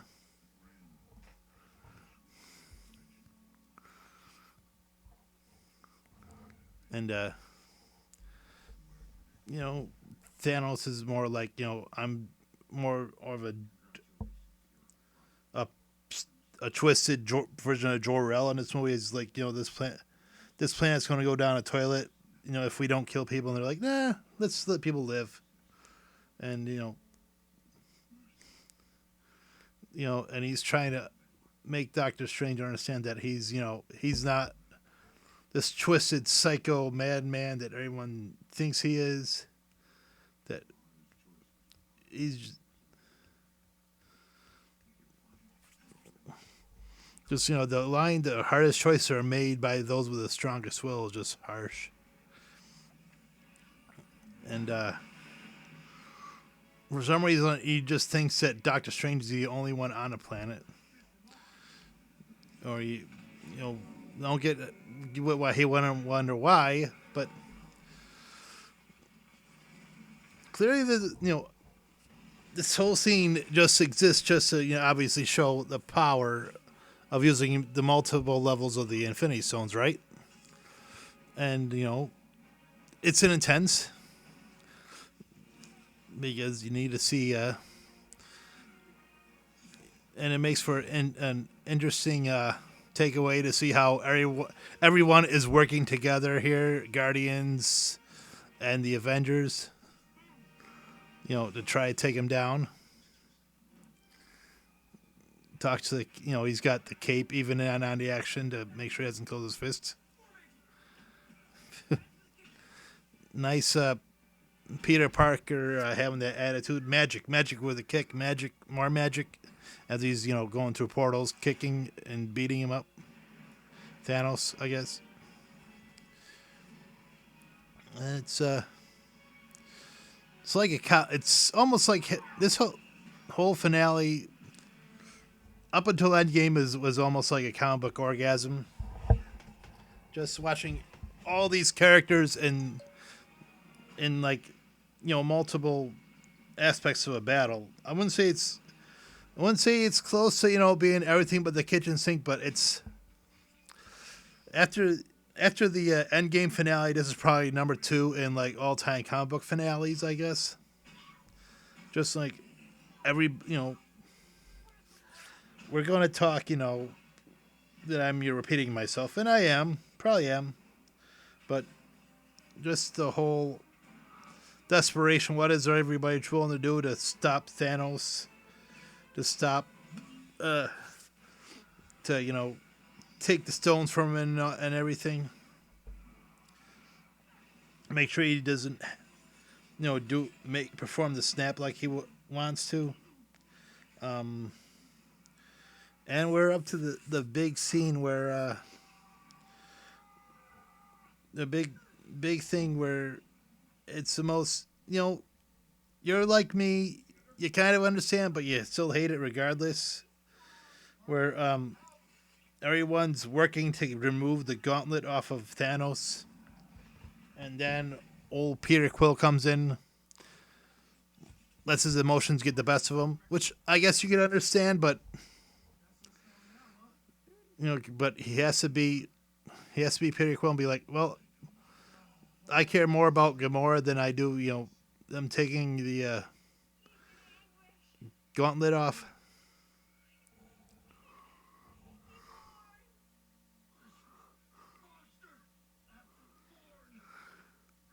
And they're all, they're all working to remove the gauntlet except for Quill, who's just more concerned about his own, selfishness, I guess, his emotional well-being, and that's the only thing he's thinking about.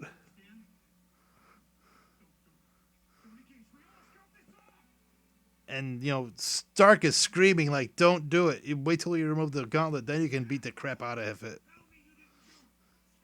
And I get it. I get that Quill has that emotional center where basically he's like, I can't control myself because you've took into one thing from me that I really cared about, and it's it's something that could have probably been controlled or stopped or whatever.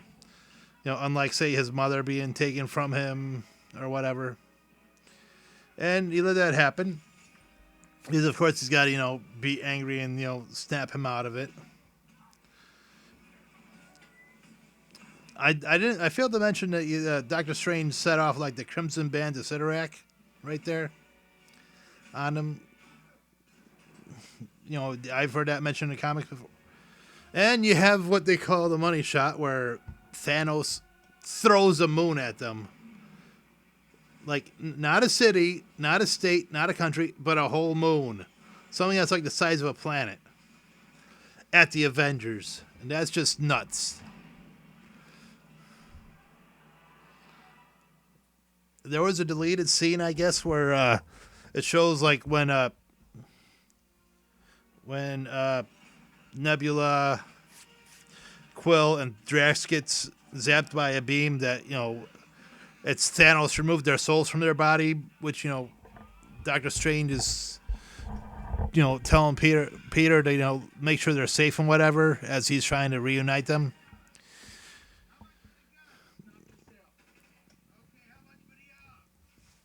So yeah, you have the Bucky wreck rocket scene right there. Meme. Obviously, you've seen the meme where it's like he's got to get the arm. That's like the ultimate response. That's like one of the scenes you had to see. You wanted to see in a movie at least. So we're stopping the battle for a second. So Captain America can meet Groot and have a little conversation with Thor. Like, hey, buddy, you got a haircut and you grew the beard. What a coincidence! And the battle rate is on, and it's almost like escalation. Like as the individual armies are getting beat up, they're Thanos' forces are sending these giant war machines after them, and Scarlet Witch makes like a hard decision where she should have been up in she should have been up there protecting Vision, and if she was, that's probably one of the pivoting decisions made in the movie. As Proxima Midnight's like, oh, she's not there anymore. Go get it. And Corvus Glaive, has been in hiding throughout the whole time. As Sherry's been trying to remove the connection to the stone and hasn't gone there. And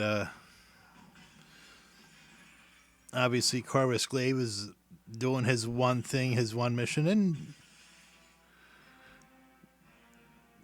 Vision, has to get on the field.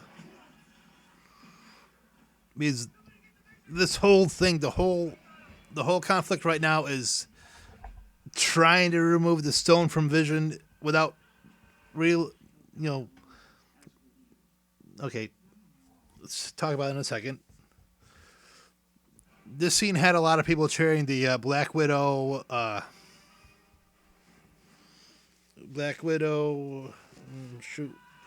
Okoye and Scarlet Witch scene as they're going at being up on Proxima Midnight.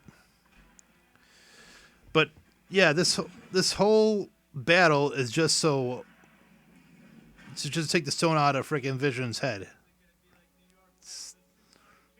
And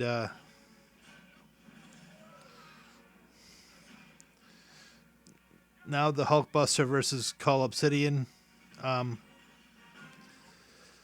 Original on, they were going to do the whole Professor Hulk storyline starting from this scene where he was going to make his peace with the Hulk so they can combine and stop, but they made it like a big surprise for Endgame, obviously, as Banner's, it is more interesting to have Banner show, he might not need the Hulk at this point, where he's trying to he's actually taking on Cull Obsidian himself, defeating Cull Obsidian, even showing that he may have all these PhDs, but he can fucking, pardon my language, but he can fight as well.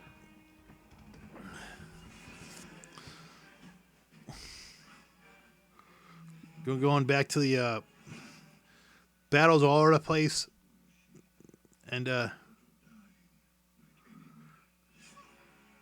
Vision's got stabbed again. Captain America is going after Corvus Glaive right now. So yeah, everything depends on Vision right now, making sure he survives, making sure doing what you can to remove the stone. It's just, you got a little, there's blue on you, Scarlet. And the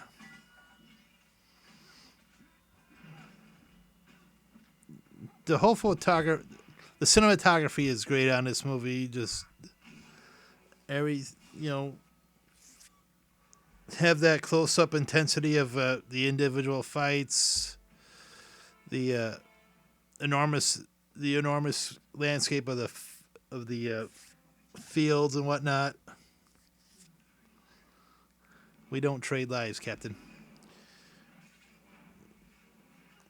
Back to Titan, where Spider-Man is trying to save all the Guardians who were knocked out, and like I said, there was a deleted scene where Strange is trying to put their souls back together. And you have a very cool scene right now where Doctor Strange and Thanos are just going at it, and Doctor Strange is using all the powers at his disposal through like the mystic arts, and Thanos is obviously using all the stones. Just, the scene of the multiple, forming the multiple Doctor Strange clones is just real trippy. Almost has like that India aspect to it. I like how he's still confined by the forces of gravity, where Thanos pulls the land and Doctor Strange goes with it.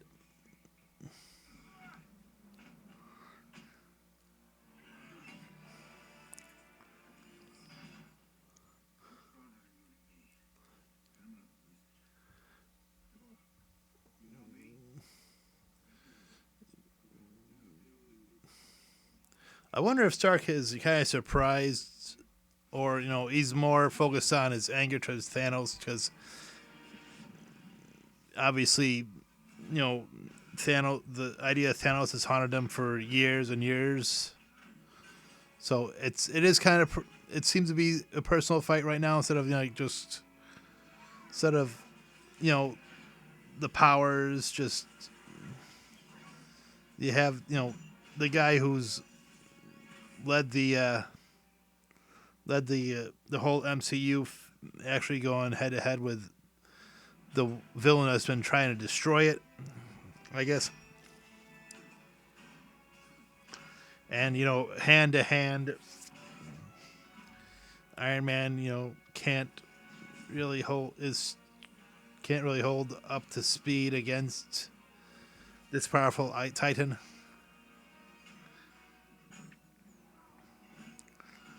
Now, Infinity War, you kind of wondered if Tony Stark was going to die, and the scene right here is about as close as they come, where Thanos stabs Tony with his own armor-made weapon.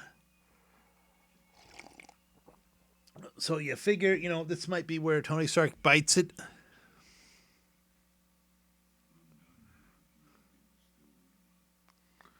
And Thanos is, of course, still trying to justify what he's doing to Stark, even though it does look like he might be biting the big one.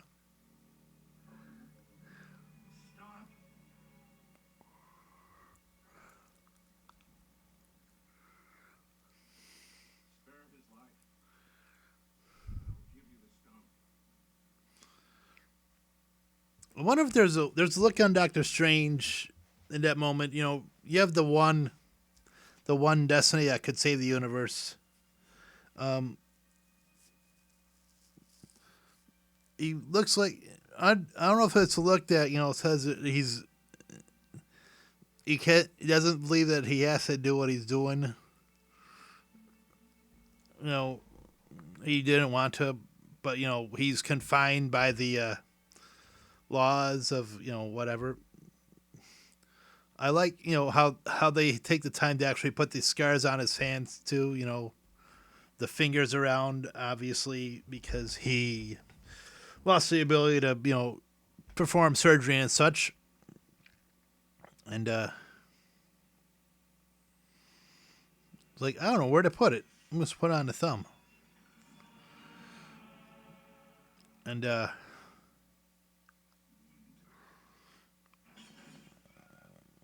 Star-Lord's still in it. And they're gone. He's gone. And he's pissed.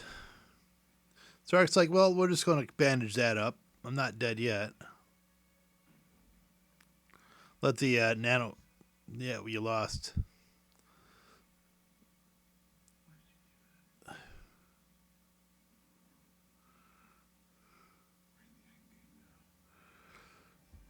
Pray, yep. I guess, with the 14 million realities, I wonder if Doctor Strange was trying to avoid all of them or whatever. It's because I wonder if, I said there's 14 million possible realities, but what if there were more? Or whatever, I don't know. And we're at the point where Thanos is about to make his appearance on Earth and face all the Avengers one by one. and you can feel it in the trees or whatever, I guess.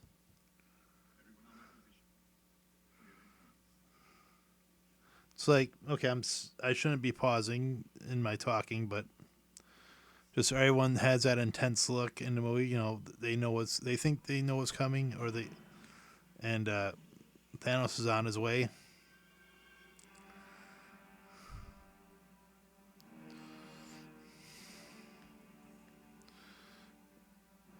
and he's finally arrived on Earth to get him himself personally because the Black Order can't apparently do it.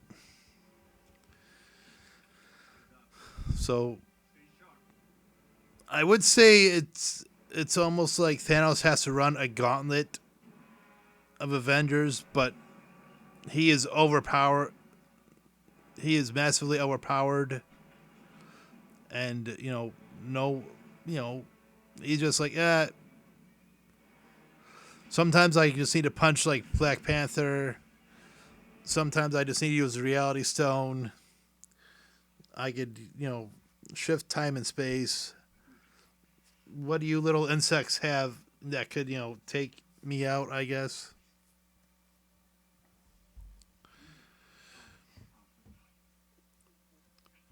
It's a nice little moment with what Wanda and Vision, where Vision realizes, you have to sacrifice me now. We probably should have done that already, but I let myself hope. But we're at a point where it's just you, me. You are the only one with the power to do it, and we kind of have to do it, just so Thanos can't touch the gem. And I'm sorry, it's you. I'm sorry, it's you that has to kill me. So I'm asking you. So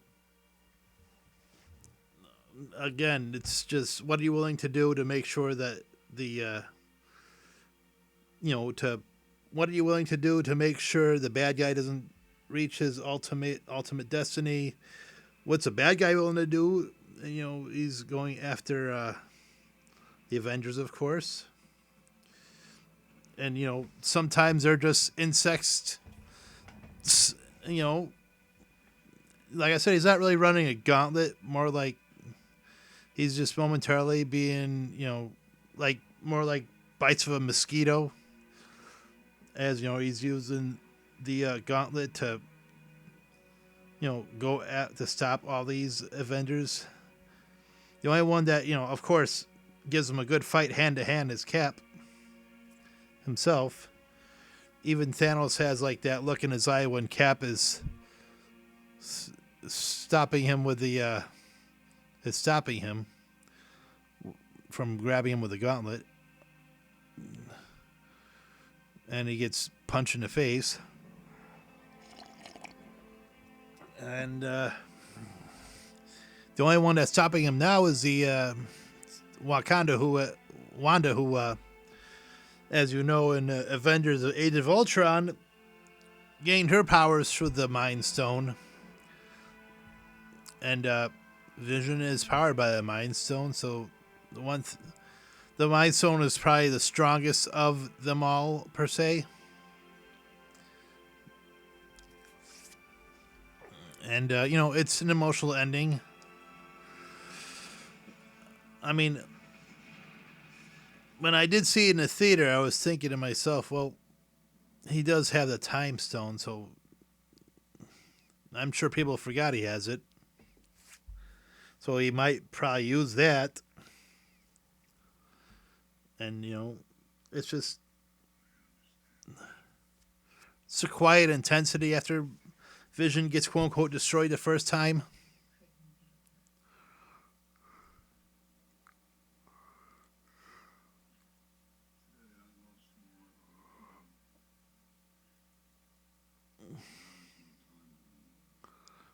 He's lost. That's a harsh line. I've lost more than you can know. I've lost, everything, I've had to let go of a lot of things in my life so I can achieve this one goal. And I've basically done it in a 1 or 2 day period. So, And I'm bringing your boyfriend back to life. He is that way, or back, and that's harsh. I guess there are people that forget he has a time zone in the theater, and they were like gasping as he removes the time stone from Vision's head, and clearly the job wasn't done, and Vision's dead. And there's a nice rainbow effect going throughout Thanos' body, just because the power is surging through him from the gauntlet. And you're like me, you're wondering where Thor was this whole time, and he was probably on the other side or whatever. But he just comes in for the right moment. Now there's a sequel coming up, but this part makes you think that they're like, oh, Thor got him, everything's good, and we're gonna kill Thanos. And but if but what do you know, right? Then Thanos drops his bomb. You should have gone for the head. Gone for the head. And then he does the snap, and just the whole theater just gasps and goes silent. Now, when I went to the theater, I went to the theater. Who hasn't?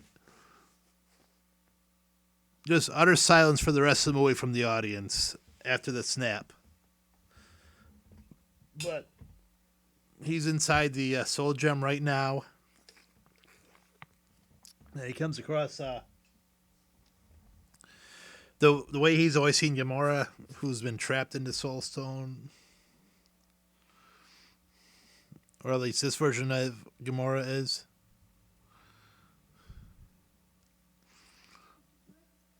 And it's just heart-rendering, heart-aching, just, I would say soul-sucking, I guess. When she's like, what did it cost you?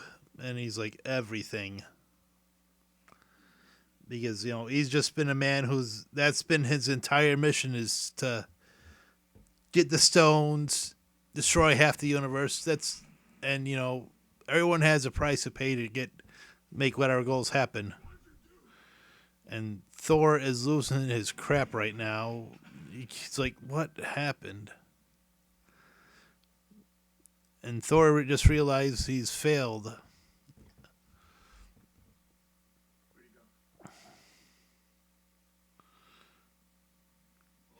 Everyone is slowly realizing that that they have just lost right now. Captain America, and you have the dusting, the decimation happening. Like, the Bucky's the first one to go, so it's got to have Cap's reaction. You don't know who's dying, who's going to die, who isn't going to die yet. It's just the realization that if Bucky's disappeared, Thanos implemented his entire plan, so the universe is just randomly killing people, or making people disappear from the snap.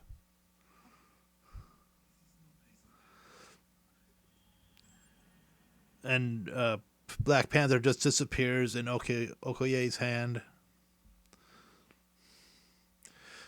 And it does make you wonder, all these characters there's a sequel coming up, but seeing all these main characters like Groot, Black Panther just vanishing, who have successful franchises just disappear, just kind of bonky. Or like a sense of, this is all happening.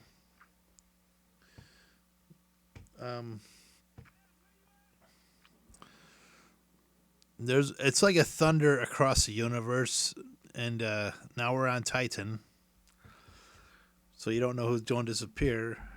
And of course, Mantis, who has that emotional connection, realizes something's going on, and she vanishes.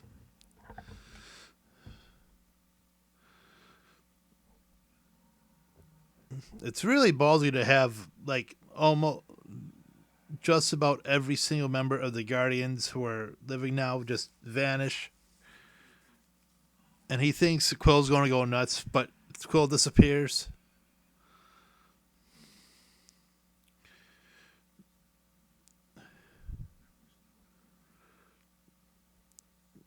Yeah, and this is this Doctor Strange is pretty much acknowledging this is the path that has to be. It has to happen to make the one. I'm sorry, but this is the only way it has to happen to make sure that the one result happens.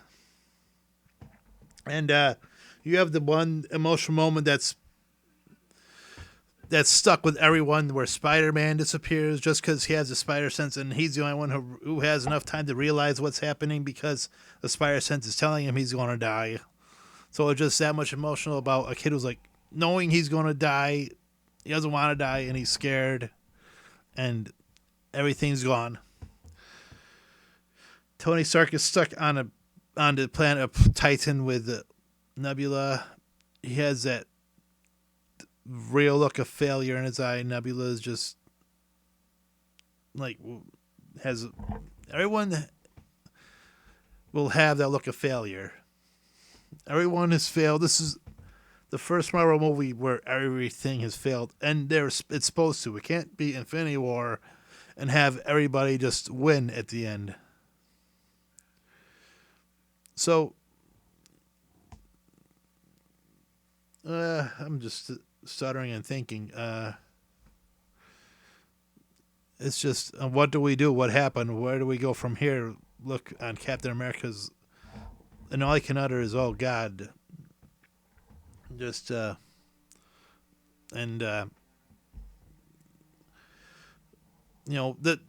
this movie has been more Thanos' journey. I probably should have brought that up during the commentary more often than not, at all.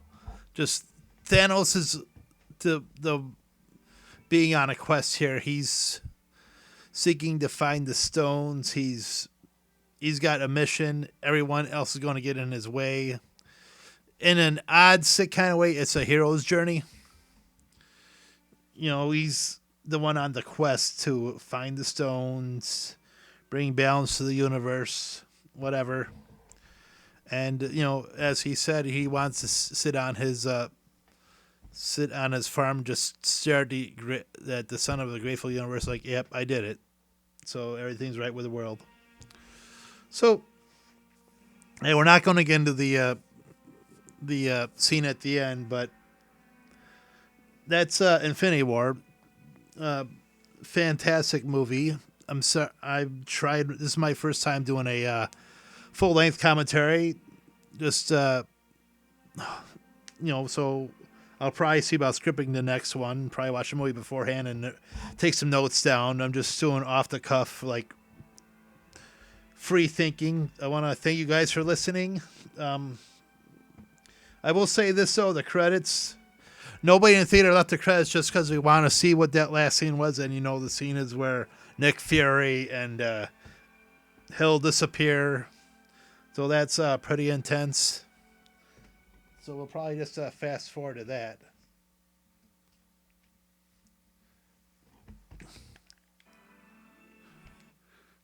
Yeah. We'll fast forward to that. Just